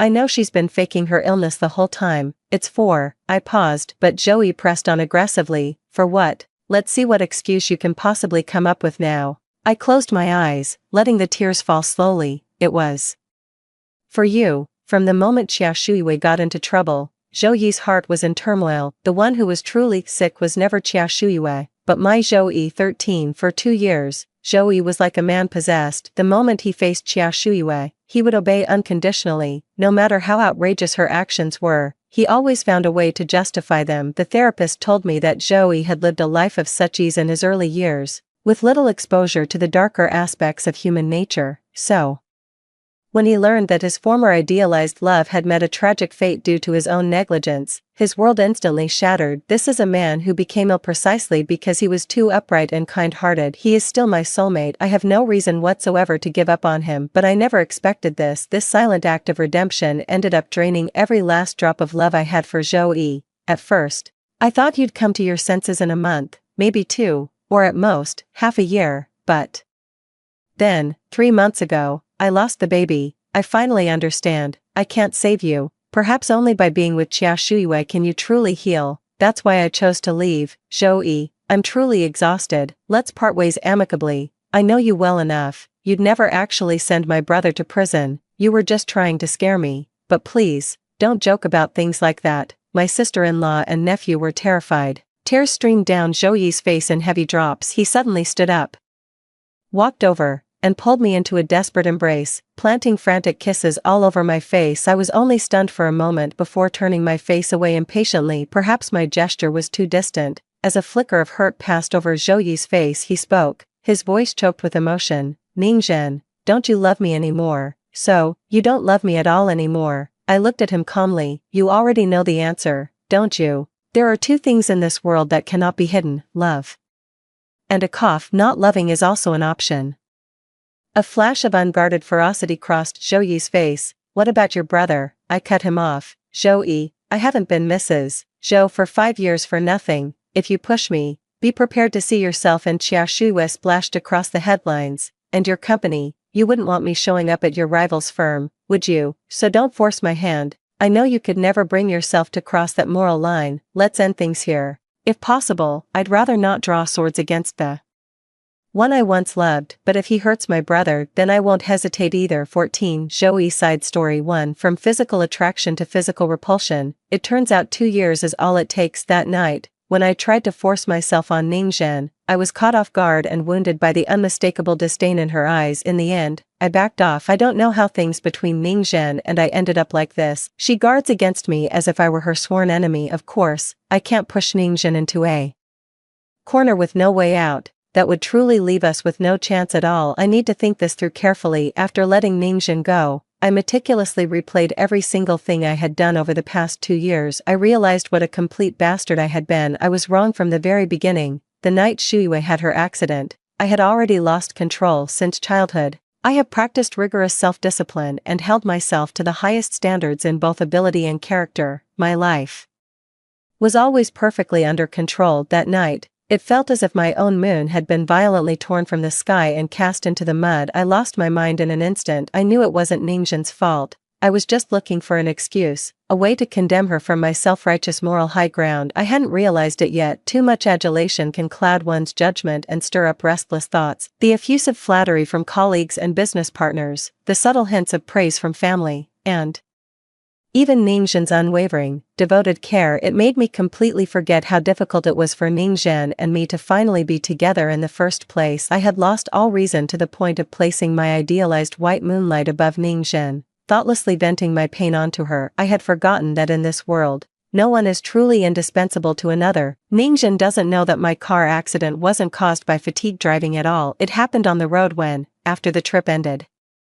and I returned home, I saw that divorce certificate. I drove like a madman to find her, and the accident was caused by speeding. During the 3 months of recovery, my mind had long since cleared, but I didn't dare admit it. I tried to stay on my moral high ground and keep blaming Ningzhen, yet, under Ningzhen's cold indifference, my defenses slowly crumbled, piece by piece. I confirmed that her feelings for me had vanished completely. Ningzhen is a very clever person. If I were to lose my mind, Like I did the past couple of years, she would coax and deceive me into letting her go if I regained my senses, and she couldn't fool me. She'd lay out the facts and explain the pros and cons, forcing me to back down. I could only watch helplessly as she slipped through my fingers like sand. 2. I sent Xia Shuiwei away. Her family went bankrupt 2 years ago. Otherwise, she wouldn't have come back to me. And no one would have dared to lay a finger on the young lady of the Chow family. I do hold some fondness for her from our youth, but that's all there is to it. Ning Zhan and I are the most compatible people in the world. We trust and understand each other completely. After I took back the house and money I had given Xia Shuiwei, she refused to accept it and came crying and making a scene at my home and office. Looking at the woman sobbing pitifully on the floor, it suddenly dawned on me, all these years, I had been mistaking a fisheye for a pearl. I had mistaken Xia Shuiwei, who was merely a fisheye, for a precious pearl, yet the real pearl I had cast aside onto the ground. After dwelling on these thoughts, I was so distressed that night I couldn't sleep. I took 2 sleeping pills, but my rest was still fitful. In my dream, I saw Ningzhen smiling at that lanky, dopey-looking senior from the class next door. Not long ago, Ningzhen returned to the workforce, joining that very senior's company. He had once pursued her, but was flatly rejected. As I passed by Ningzhen's company, I happened to see him fawning over her, fetching tea and water, bustling about with great enthusiasm. Is it appropriate for a company vice president to be buttering up a junior employee like that? His intention to pursue Ningzhen is so obvious, even a blind man could see it. What a pity, all his efforts are in vain. Ningzhen would never like him. I started making my presence known to Ningzhen more often, deliberately giving that shameless senior a hard time, but on one occasion, I happened to overhear Ningzhen's conversation with him. As for my ex-husband, it's just not possible anymore. He's a bit terrifying. When we were going through the divorce, he had my brother put away. How scary is that? He'd dare to send my brother to prison just because he was in a bad mood. What if one day he gets upset and stabs me? Oh, really? Ha ha ha. So you don't like kids either? When I left, I was in tears. I know Ningzhen's words were meant for me. I crossed her line, and she will never look back. But I don't believe that fawning vice president when he says he doesn't like kids. They're all only child rich kids from wealthy families. I absolutely refuse to believe their parents would let them be child-free. 3. After 2 years of drinking bitter medicine, Ningzhen gave birth to a pair of twins, a boy and a girl. That deputy general manager kept showing up in front of me, intentionally or not, always speaking with a sarcastic and insinuating tone. They say one generation plants the trees under whose shade another generation rests. So, my question for you, Manager Zhou, is why do some predecessors only seem to dig pits? I kept my eyes downcast and said nothing. He's got a full house with both a son and a daughter, and here I am, still single even though they have 2 kids together. Ningzhen refuses to marry him. It's definitely because he's not good enough. What a joke. I left the party early. I only had 2 drinks, but for some reason, I'm feeling a bit dizzy. Back at home, I pulled out that crudely wrapped cardboard box from the very bottom of the drawer. Take out the note inside. The familiar handwriting on it had grown faint from my constant touching. It was a question and an answer. What is physical attraction? It's a loss of reason, a moth flying into the flame. It's knowing the futility, yet proceeding regardless. The date at the bottom was from when Ningzhen and I lived together in that rented apartment. I had always thought, in this relationship, I stooped to conquer for Ningzhen, enduring every hardship. So even if I became a bit arrogant later, it was only right for Ningzhen to bear with it. It wasn't until I saw that note that I finally understood. It turns out that back when I was fighting for love, Ningzhen was also swimming against the tide. I finally saw the light, but it was already too late. The end. That's the end of the first story. I hope you enjoyed it. The next ones will be even more exciting. So let's continue the journey together. The 10th year by the young mafia master's side. These hands, meant for healing, were instead used to dismember bodies and clean up bloodstains for him. Beneath my white coat, a bulletproof vest was always concealed, yet he fell in love at first sight with the albino patient I was treating. He called her his snow elf, lavishing a fortune to build her a private ice castle, shielding her from the world with impenetrable security. It wasn't until I stumbled upon the marriage registry that I saw the shocking entry, divorced. I confronted him in a frenzy, but Fu Hanqing just lit a cigarette with utter indifference. Luolua's health is fragile. I promised her a proper wedding. I can give you any compensation you want. Consumed by resentment, I publicly slapped Su Luoluo right at their wedding ceremony. That very night, my gravely ill mother was tied to the front of a dump truck. Shu Yu, you shouldn't have touched Luo. Consider this your lesson." I knelt on the ground, begging him to stop, but as he slammed the accelerator, my mother's blood and flesh sprayed across my face, clutching my agonizing stomach. I screamed and blacked out. When I opened my eyes again, I was back on the day I discovered I had been divorced. This time, I didn't dare ask any questions. I booked a flight that very night, determined to flee with my mother to a place Fu Hanqing could never find. Ms. Shu, the system indicates you are currently listed as divorced.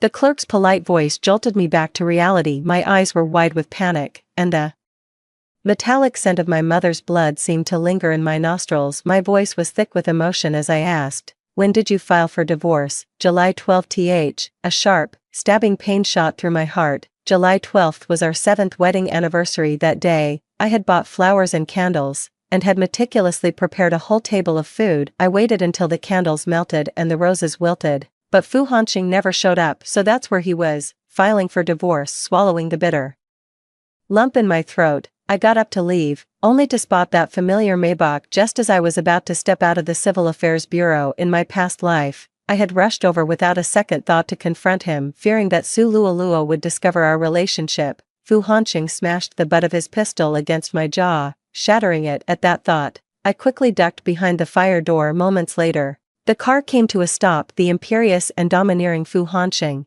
acting like a mere valet, walked around to the passenger side, opened the door, and raised an umbrella to block the scorching sun. Su Luo was pure white from head to toe, with silver hair and gray eyes. Standing in the sunlight, she looked like a snowman that might melt at any moment. Fu Hanqing gently guided her inside. Su Luo pressed her pale lips together, fidgeting nervously. "Mr. Fu, do you really intend to marry me?" "Of course. I've been dreaming of this day." Su Luo placed a hand on her slightly rounded belly. "But my illness could be passed on to the child." Fu Hanqing's gaze was tender and adoring. "I don't care, you're the little sprite heaven sent to me. I only want the children you give me." A sudden, sharp pain shot through my lower abdomen. I clutched my stomach tightly, tears welling up in my eyes. Only after I saw them walk into the Civil Affairs Bureau did I hail a cab and go to the hospital. As I lay on the operating table, my senior colleague from the same mentor advised me, "Xiao Yu, your uterine wall is naturally thinner than most.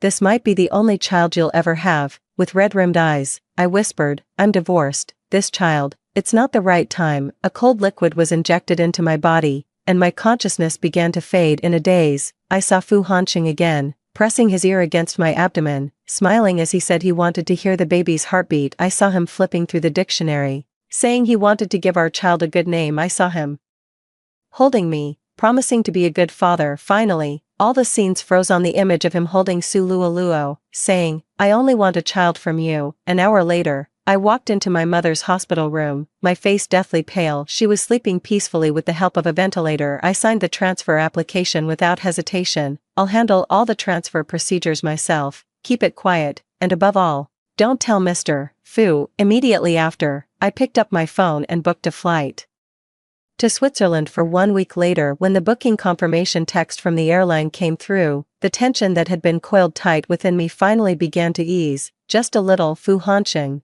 this time, I'm the one leaving you." As I left the hospital, the setting sun had already dipped below the horizon. I was driving in a daze, having just rounded the corner. Suddenly, an out-of-control truck came barreling straight toward me. I swerved the steering wheel hard, but it was too late to avoid it. The world spun violently before everything went black. I was pinned in the driver's seat, completely immobilized. I didn't need to think twice. I knew it was Fu Hanqing's enemies coming for revenge. My phone was shattered and wouldn't turn on. Just then, a familiar black Maybach drove past the intersection. It was Fu Hanqing's car. "Fu Hanqing," I shouted with all my might, struggling desperately to get his attention. My heart nearly stopped the moment the car slowed down. He saw me, but the next second, the car accelerated again and sped away from the intersection without hesitation. Through the car window, I saw Fu Hanqing raise his hand to cover Su Luo's eyes. I lost the strength to speak another word. Su Luo was in the car. He wouldn't stop. It was a scene of vengeance and a car wreck. He couldn't bear for Su Luo to witness it. The last of my strength was fading,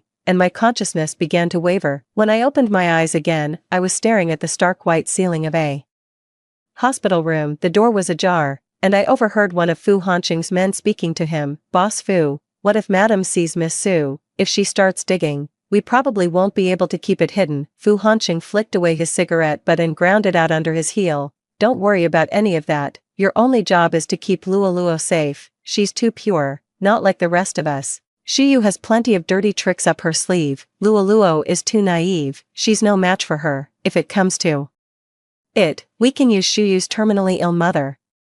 She's her only family left, Xiyu can't just ignore that. I clenched the sheets, biting down hard on the soft flesh inside my cheek. Back when he proposed to me, he said, I will always protect you, I won't let a single harm come your way, the same protective instinct, the same promise, but now directed at Su Luo, the person he once shielded so protectively behind him has now become, in his words, a dangerous individual with underhanded methods. Hearing the sound of approaching footsteps, I closed my eyes again, then slowly opened them. You're awake, I had someone look into it, it was the Wang family's people, this is the settlement agreement, sign it, and they've agreed to relinquish the plot of land in the West District. He walked up to me, our eyes met, I was left speechless. I nearly got killed, only to become a bargaining chip in his business deal. A chill settled in the depths of my heart. Fu Hanqing, when did you decide this? Was it the second you saw my car crash, or when you learned the Wang family was coming for me? Fu Hanqing's brow furrowed slightly, displeased by my probing. I knew better than to ask again. Spelling things out wouldn't do me any good. As if to placate me, Fu Hanqing has been working from my hospital room these past 2 days. He kept his earbuds in constantly, though, and the corners of his mouth would occasionally lift into that smile I once knew so well. It suddenly came back to me.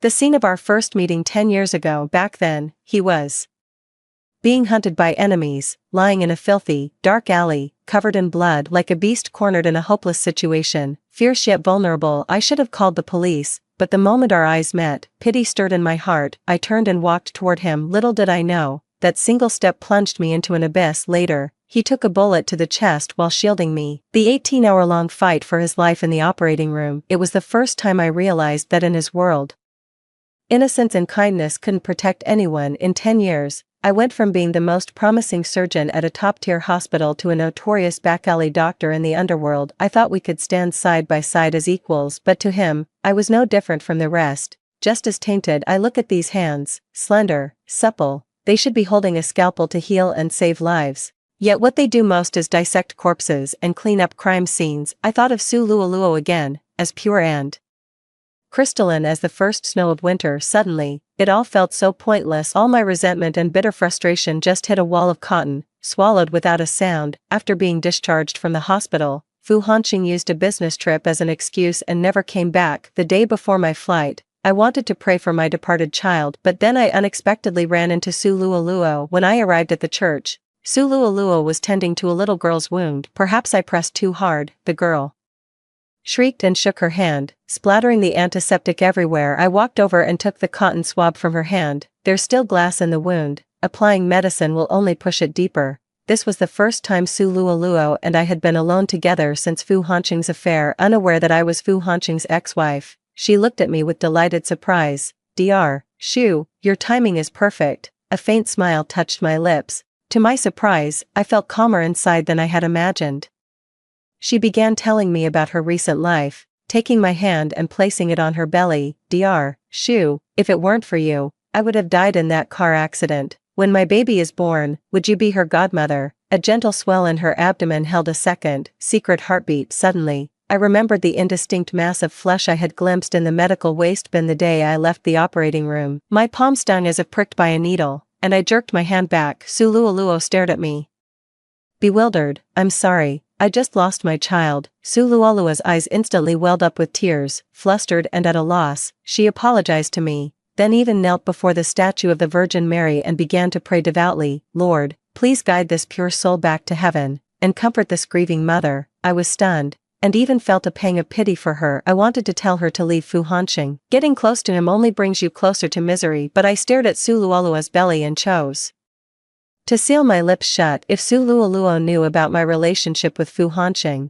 she would be devastated and break up with him. When the time comes, Fu Hanqing will surely go mad with vengeance against me. Bloody memories from a past life flooded my mind. Using confession as a pretext, I hid inside the confessional. I opened the surveillance feed from my mother's sanatorium, and only when I saw her taking a leisurely stroll in the garden did my nerves finally settle. My mother is my only family. This Time, I absolutely will not drag her into the world between Fu Hanqing and me. When I had composed myself and stepped out of the confessional, the cold, dark muzzle of a gun pressed against my forehead. Every muscle in my body tensed up as I snapped my gaze towards Su Luoluo. She had already collapsed limply onto the ground. I cursed my luck under my breath, only to be knocked unconscious by a rifle. But the next second, when I came to again, I found myself in an abandoned warehouse, tied up together with Su Luoluo. Su Luoluo's voice trembled with tears. The debt was paid off long ago. What more do you want? Hanqing warned you. A sharp slap cut Su Luoluo's words short. The leader, a man with a scarred face, grabbed her by the hair. He paid the money back,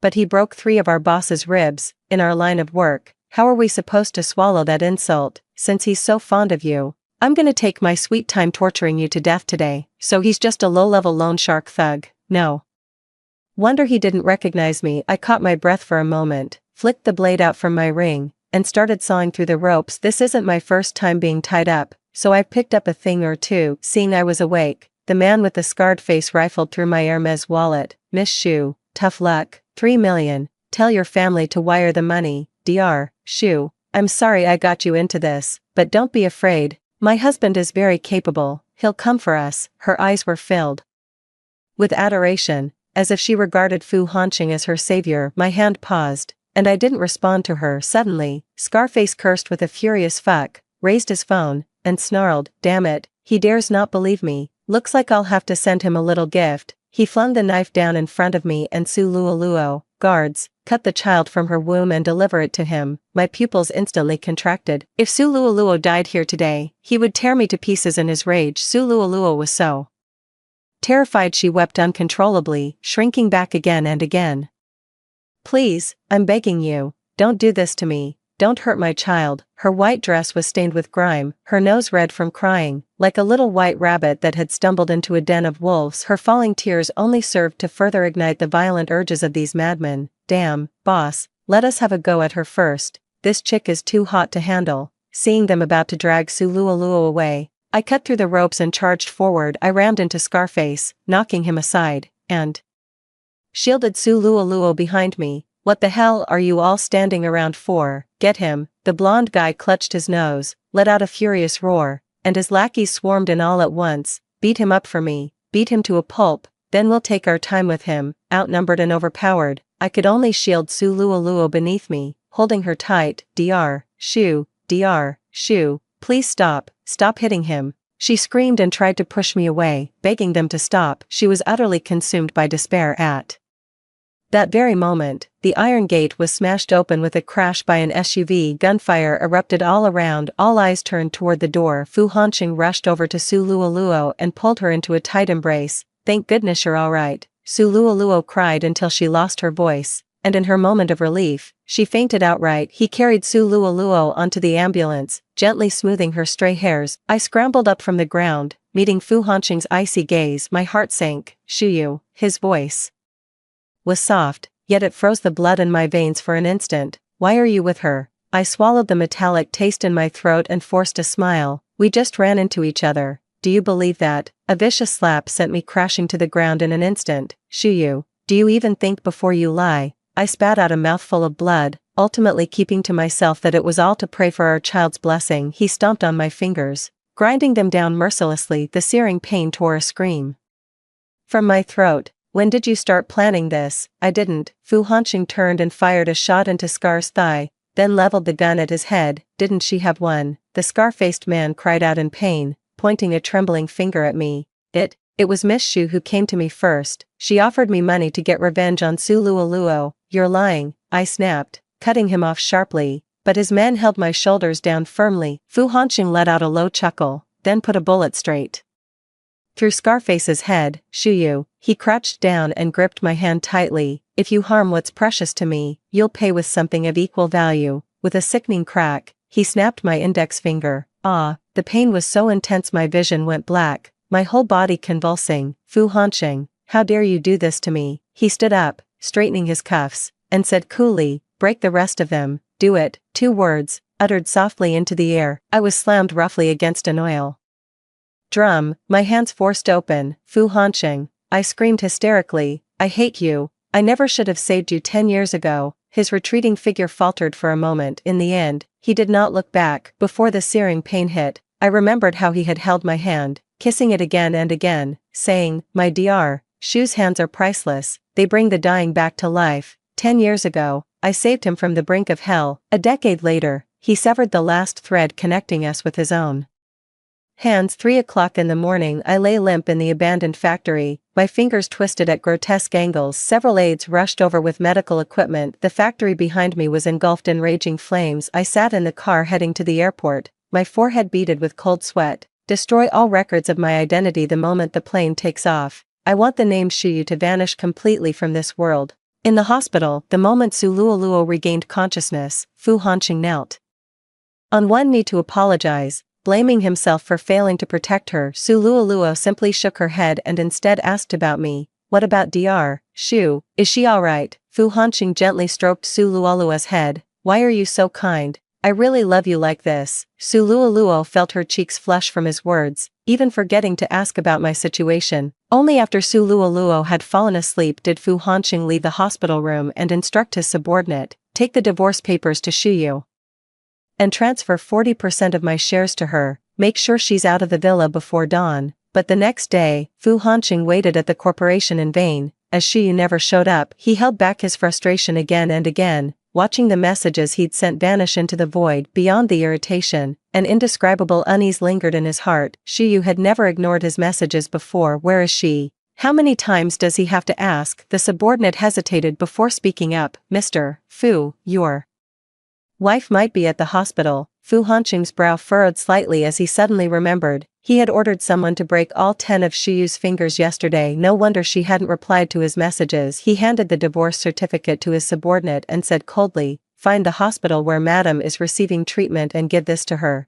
Just as the subordinate was about to turn and leave, Fu Hanqing called him back. "After you locate Madam, leave a few people to keep watch on her. She's highly vindictive and might resort to underhanded tactics against Luoluo. The moment you discover Madam is harboring any improper thoughts, send her straight to Qingshan Mental Hospital. She can be released only after Su Luoluo's child is born." That evening, Fu Hanqing returned home. The master bedroom was spotless, with no trace of Shuyu to be found. That sense of unease washed over him again. He was just about to call his subordinates to ask. The sound of a piano drifted up from downstairs. "Is she back?" "Of course, where else could she possibly go but here?" But over the years, her fangs have grown sharper. He needed to use this chance to file them down properly, or she would surely hurt Su Luoluo. With this thought in mind, Fu Hanqing went downstairs and pushed open the door to the music room. Under the moonlight, the girl's hair cascaded like a waterfall as her fingers danced lightly across the piano keys. It was a picture of pure innocence. Yet, Fu Hanqing's gaze abruptly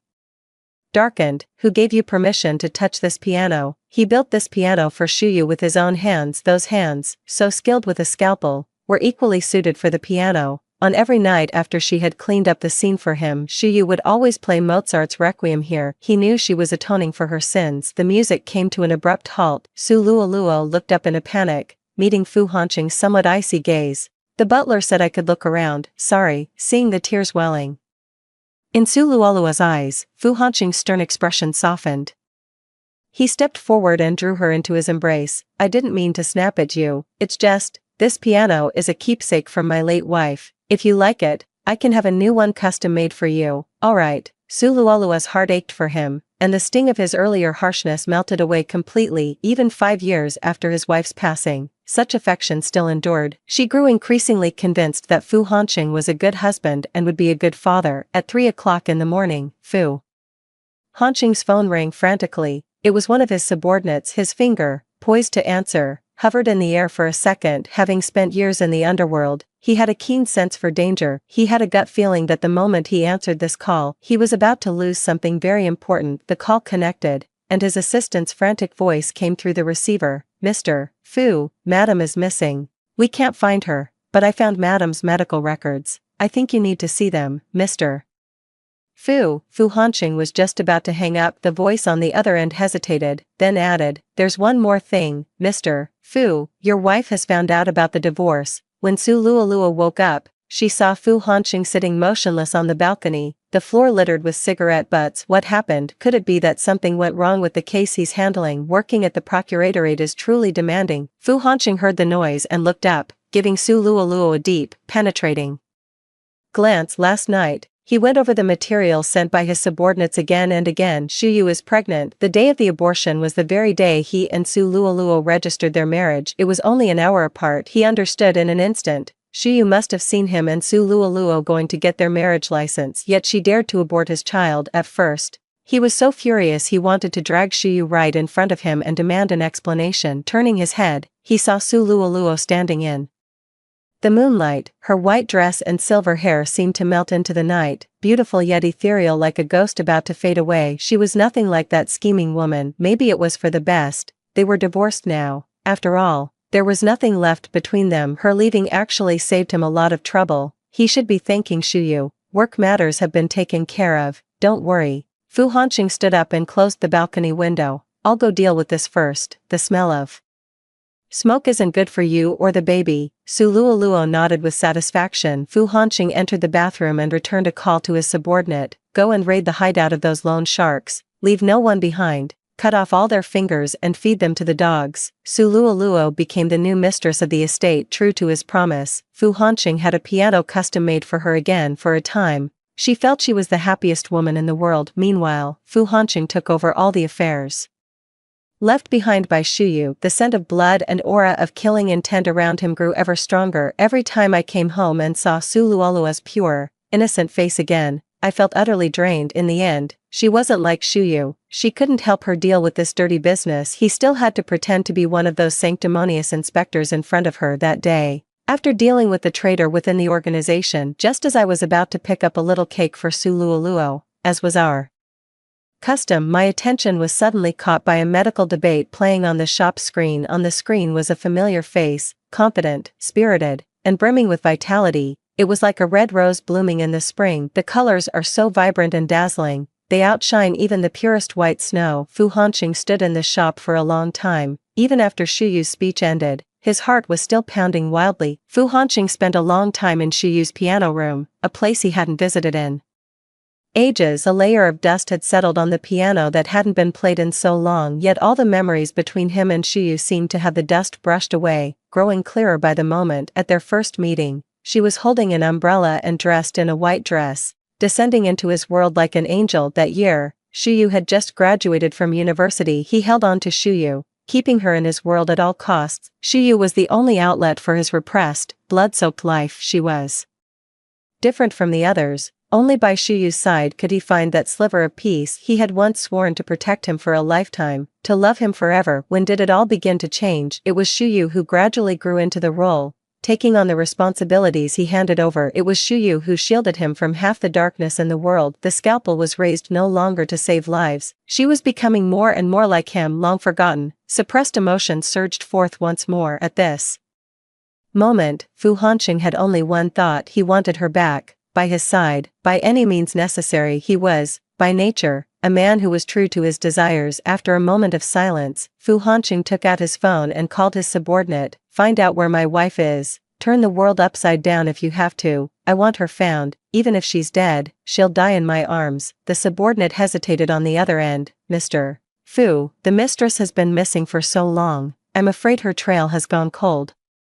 Fu Hanqing's brow furrowed slightly. If you can't find her, find her mother. Someone that seriously ill must be in a sanatorium, especially a private, high-end one abroad. She wouldn't neglect her own mother. The call ended. Su Luoluo stood at the entrance to the music room. Hansen, who are you looking for? Fu Hansen snapped back to reality, offering no explanation. It's work-related. You don't need to worry about it. A flicker of discomfort crossed Su Luoluo's expression, but she managed a smile, taking a seat at the piano bench. It's been a long time since I last played. What would you like to hear? Fu Hanqing felt a momentary daze, as if the familiar strains of music were once again sounding in his ears. I'd like to hear Mozart's Requiem. Su Luoluo was taken aback for a moment. It was a very obscure piece of music. All right, I'll play it for you. For several days in a row, there was not a single piece of news. Even Shu Yu's mother had been hidden away very well. Useless, all of you are useless. Can't you even find one living person that big? He swept everything off the desk in one furious motion. What are you still standing around for? Get out there and find her. He had never felt such agitation before. With each day he couldn't see Shuyu, a deeper emptiness grew within him. He was dead drunk in the wine cellar. Su Luoluo carefully pushed the door open. Fu Hanqing was in a bad state. At first, he could still fool himself into thinking it was just work-related stress. But that day, he overheard Fu Hanqing's conversation in the music room.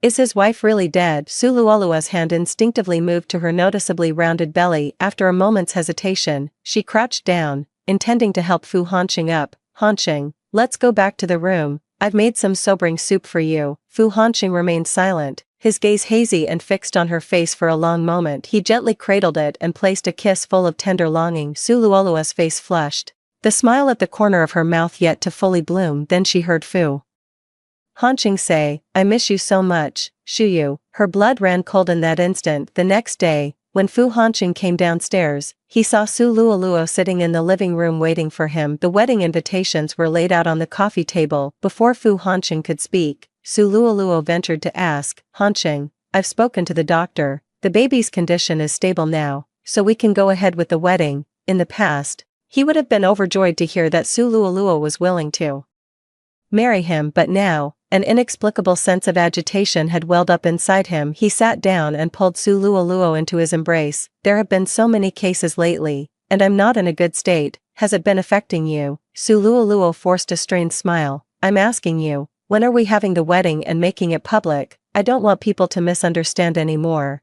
If you don't love me, just tell me. I'll leave quietly. Fu Hanqing's expression froze for a moment before he soothed her, saying, how about next week? We'll hold the ceremony next week and announce it publicly. Don't overthink things, just focus on resting for the baby. Alright. Su Luoluo lowered her gaze to hide the desolation in her eyes and gave a soft, quiet After Fu Hanqing left, she didn't stay at home. Instead, she went to the Fu Corporation, the company whose logo was on the documents in Fu Hanqing's study. Without an appointment, she couldn't get past the main entrance, so she waited outside, hoping to intercept someone. She had just one question. Do you know Shuyu? The moment someone heard Shuyu's name, they stared at her with suspicion. Soon after, Su Luoluo's mind grew hazy. She couldn't even remember how she got home. The basement door was open. The sounds of screams and pleas for mercy kept drifting out from within. Fu Hanqing had the man chained like a dog and forced down onto broken glass. Utterly brutal. Fu Hanqing, I already handed over the land in the West District to you.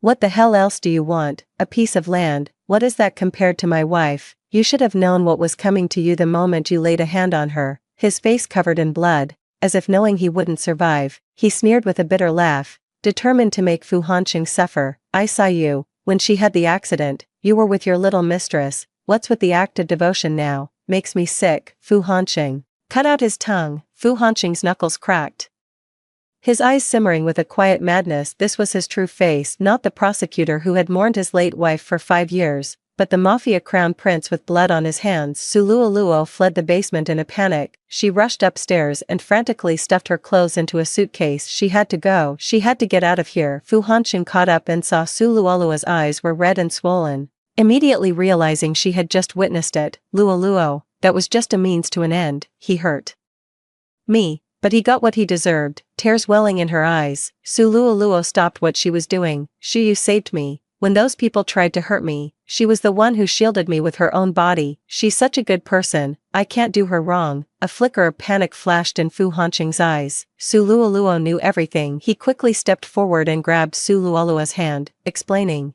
I didn't mean to deceive you by hiding my identity. I just have many difficulties. You have to understand me. You should understand me. Doesn't God forgive everything? Su Luoluo pushed his hand away, tears streaming down her face. God will not forgive me, nor will he forgive you. We are all sinners, guilty. Do you know why she came to the church that day? Why? Fu Hanqing's heart sank. She was there to hold a mass for his deceased child. She truly loved you and her child. Fu Hanqing's hand, which had reached out to stop her, fell limply to his side. A long moment later, a heart-wrenching roar suddenly tore through the silence. What on earth had he done? I spent nearly 3 months in a New York hospital, undergoing 7 surgeries on my 10 fingers. Every time the pain woke me in the dead of night, I would go up to the hospital rooftop and sit there, numb and empty. That was when I met Jiang Yunan. He broke his leg in a street race after making a bet. And snuck out against his doctor's orders just to come up here and drink a beer. I asked him if he'd won the bet. His smile was wild and bright. Of course I won, by 0.01 seconds. I never lose, sis. On the day I was discharged from the hospital, he stopped me, his face flushed, and handed me a love letter. In that moment, my heart, which I thought had died, seemed to beat once more. I only found out later that he was the youngest son of a local crime family. He grew up under the protection of his older siblings. When he spoke of the family business, his eyes lit up with unmistakable ambition. He was like a young leopard, newly come into its strength. I couldn't help but be drawn to him, but, having learned from past mistakes, our relationship remained stuck in the more than friends, less than lovers stage. I picked up my old dream again. I applied to volunteer at the local Red Cross. Jiang Yinian would come pick me up from work whenever he had the time. That day, I waited outside the hospital for nearly 10 minutes, and there was still no sign of him. Just as I was on the phone telling him I'd head home first, a black van screeched to a halt right in front of me, its door sliding open. Before I could even let out a cry for help, a hand clamped over my mouth and I was dragged inside. After a long, bumpy ride, the blindfold was ripped from my eyes once more. It was Fu Hanqing's face I saw. Long time no see. My hand shot up and I slapped him. What do you think you're doing? This isn't China. He ran his tongue over the cheek I had slapped red, showing not a hint of anger. Then he offered the other side of his face. Darling, I want this side too. I instinctively took a step back, completely baffled by what he was trying to do. Fu Hanqing, you can't possibly be unaware that I've already divorced you. I stepped aside and didn't stand in your way. What more do you want from me? A flicker of desolation passed through his eyes. I've been looking for you for so long. I've missed you. Miss me? He's still wearing the wedding ring from our marriage. What on earth is he trying to do? Has Shiyu already registered their marriage with him? Let's go home. In your dreams, Fu Hanqing, I hate you, and that will never change. His eyes suddenly welled up with tears. I know everything now. I know about our child. Let's start over. This time, I swear I'll protect you. I won't let anyone hurt you ever again. I was utterly speechless. I simply turned my face away, refusing to look at him. The smartwatch on my wrist was continuously transmitting a distress signal. Jiang Yinian gave it to me. It's set to send automatically if I move outside a certain range. Fu Hanqing tied me up and is rushing to the private airfield. Jiang Yinian sent over a video. In the footage, Su Luolua's hands are bound to a long rope, the other end of which is tied to the helicopter's rotor blade. Jiang Yinian's taunting voice came through the video. Let her go, or I'll have your wife strung up like a kite in front of your child. The scene cut briefly to a child, barely a year old. My heart skipped a beat. So he never actually broke up with Su Luoluo, and now their child is all grown up. When the video ended, she simply turned off her phone as if nothing had happened. Let me go, or he really will do something. Fu Hanqing remained unmoved and replied coolly, she's not as important as you, Shiyu. For you, I'd give up anything. I was stunned by the obsession in his eyes. He's truly lost his mind. The vehicle kept moving forward. Suddenly, a motorcycle shot out from the intersection, and a bullet shattered the car window. Instantly, gunfire erupted from all directions. Both Fu Hanqing and Jiang Yunian were in a murderous frenzy, dead set on killing each other. But after all, this was Jiang Yunian's turf. Fu Hanqing had no choice but to pull back with me for now. We turned left and right, ducking into a narrow alley. He'd been hit in the abdomen by a stray bullet, yet he still tried to comfort me. Don't be afraid, I will get you home. I watched in silence as a flood of memories played out before my eyes. I let out a sigh. Fu Hanqing, I told you we can't go back. The moment you fell for Su Luoluo, this was the only ending fate had in store for us. I crouched beside him and said with eerie calm, a long time ago, I had a dream. In it, I couldn't accept that we were divorced. I was filled with nothing but resentment and bitterness. So, at your wedding, I slapped Su Luoluo, then you ran over and killed my mother, and with your own hands, you took our child from me. I've never been able to forget that dream, Fu Hanqing. If that day, when I saw you two going to get your marriage license, if I had rushed out to confront you, do you think that dream would have come true? He was speechless. We both knew these were things he was fully capable of doing. When he loves someone, he would move heaven and earth for them, but when he doesn't, he wouldn't bat an eye even if they died right in front of him. It was just a dream. Ayu, I would never hurt you. Everything will be alright once we get home, I promise. Okay. I shook my head and gently slipped free of the frayed ropes. I drew the gun I'd picked up in the chaos. Without hesitation, I aimed at his thigh and pulled the trigger. A single gunshot rang out. He didn't even glance at the leg I had injured. not a single whimper escaping him. The rain began to fall again. Jiang Yunyan caught up from a distance and held an umbrella over me. It was as if everything had returned to how it was 10 years ago. Don't go. Shuyu, please don't go. Don't leave me here alone. Shuyu, don't.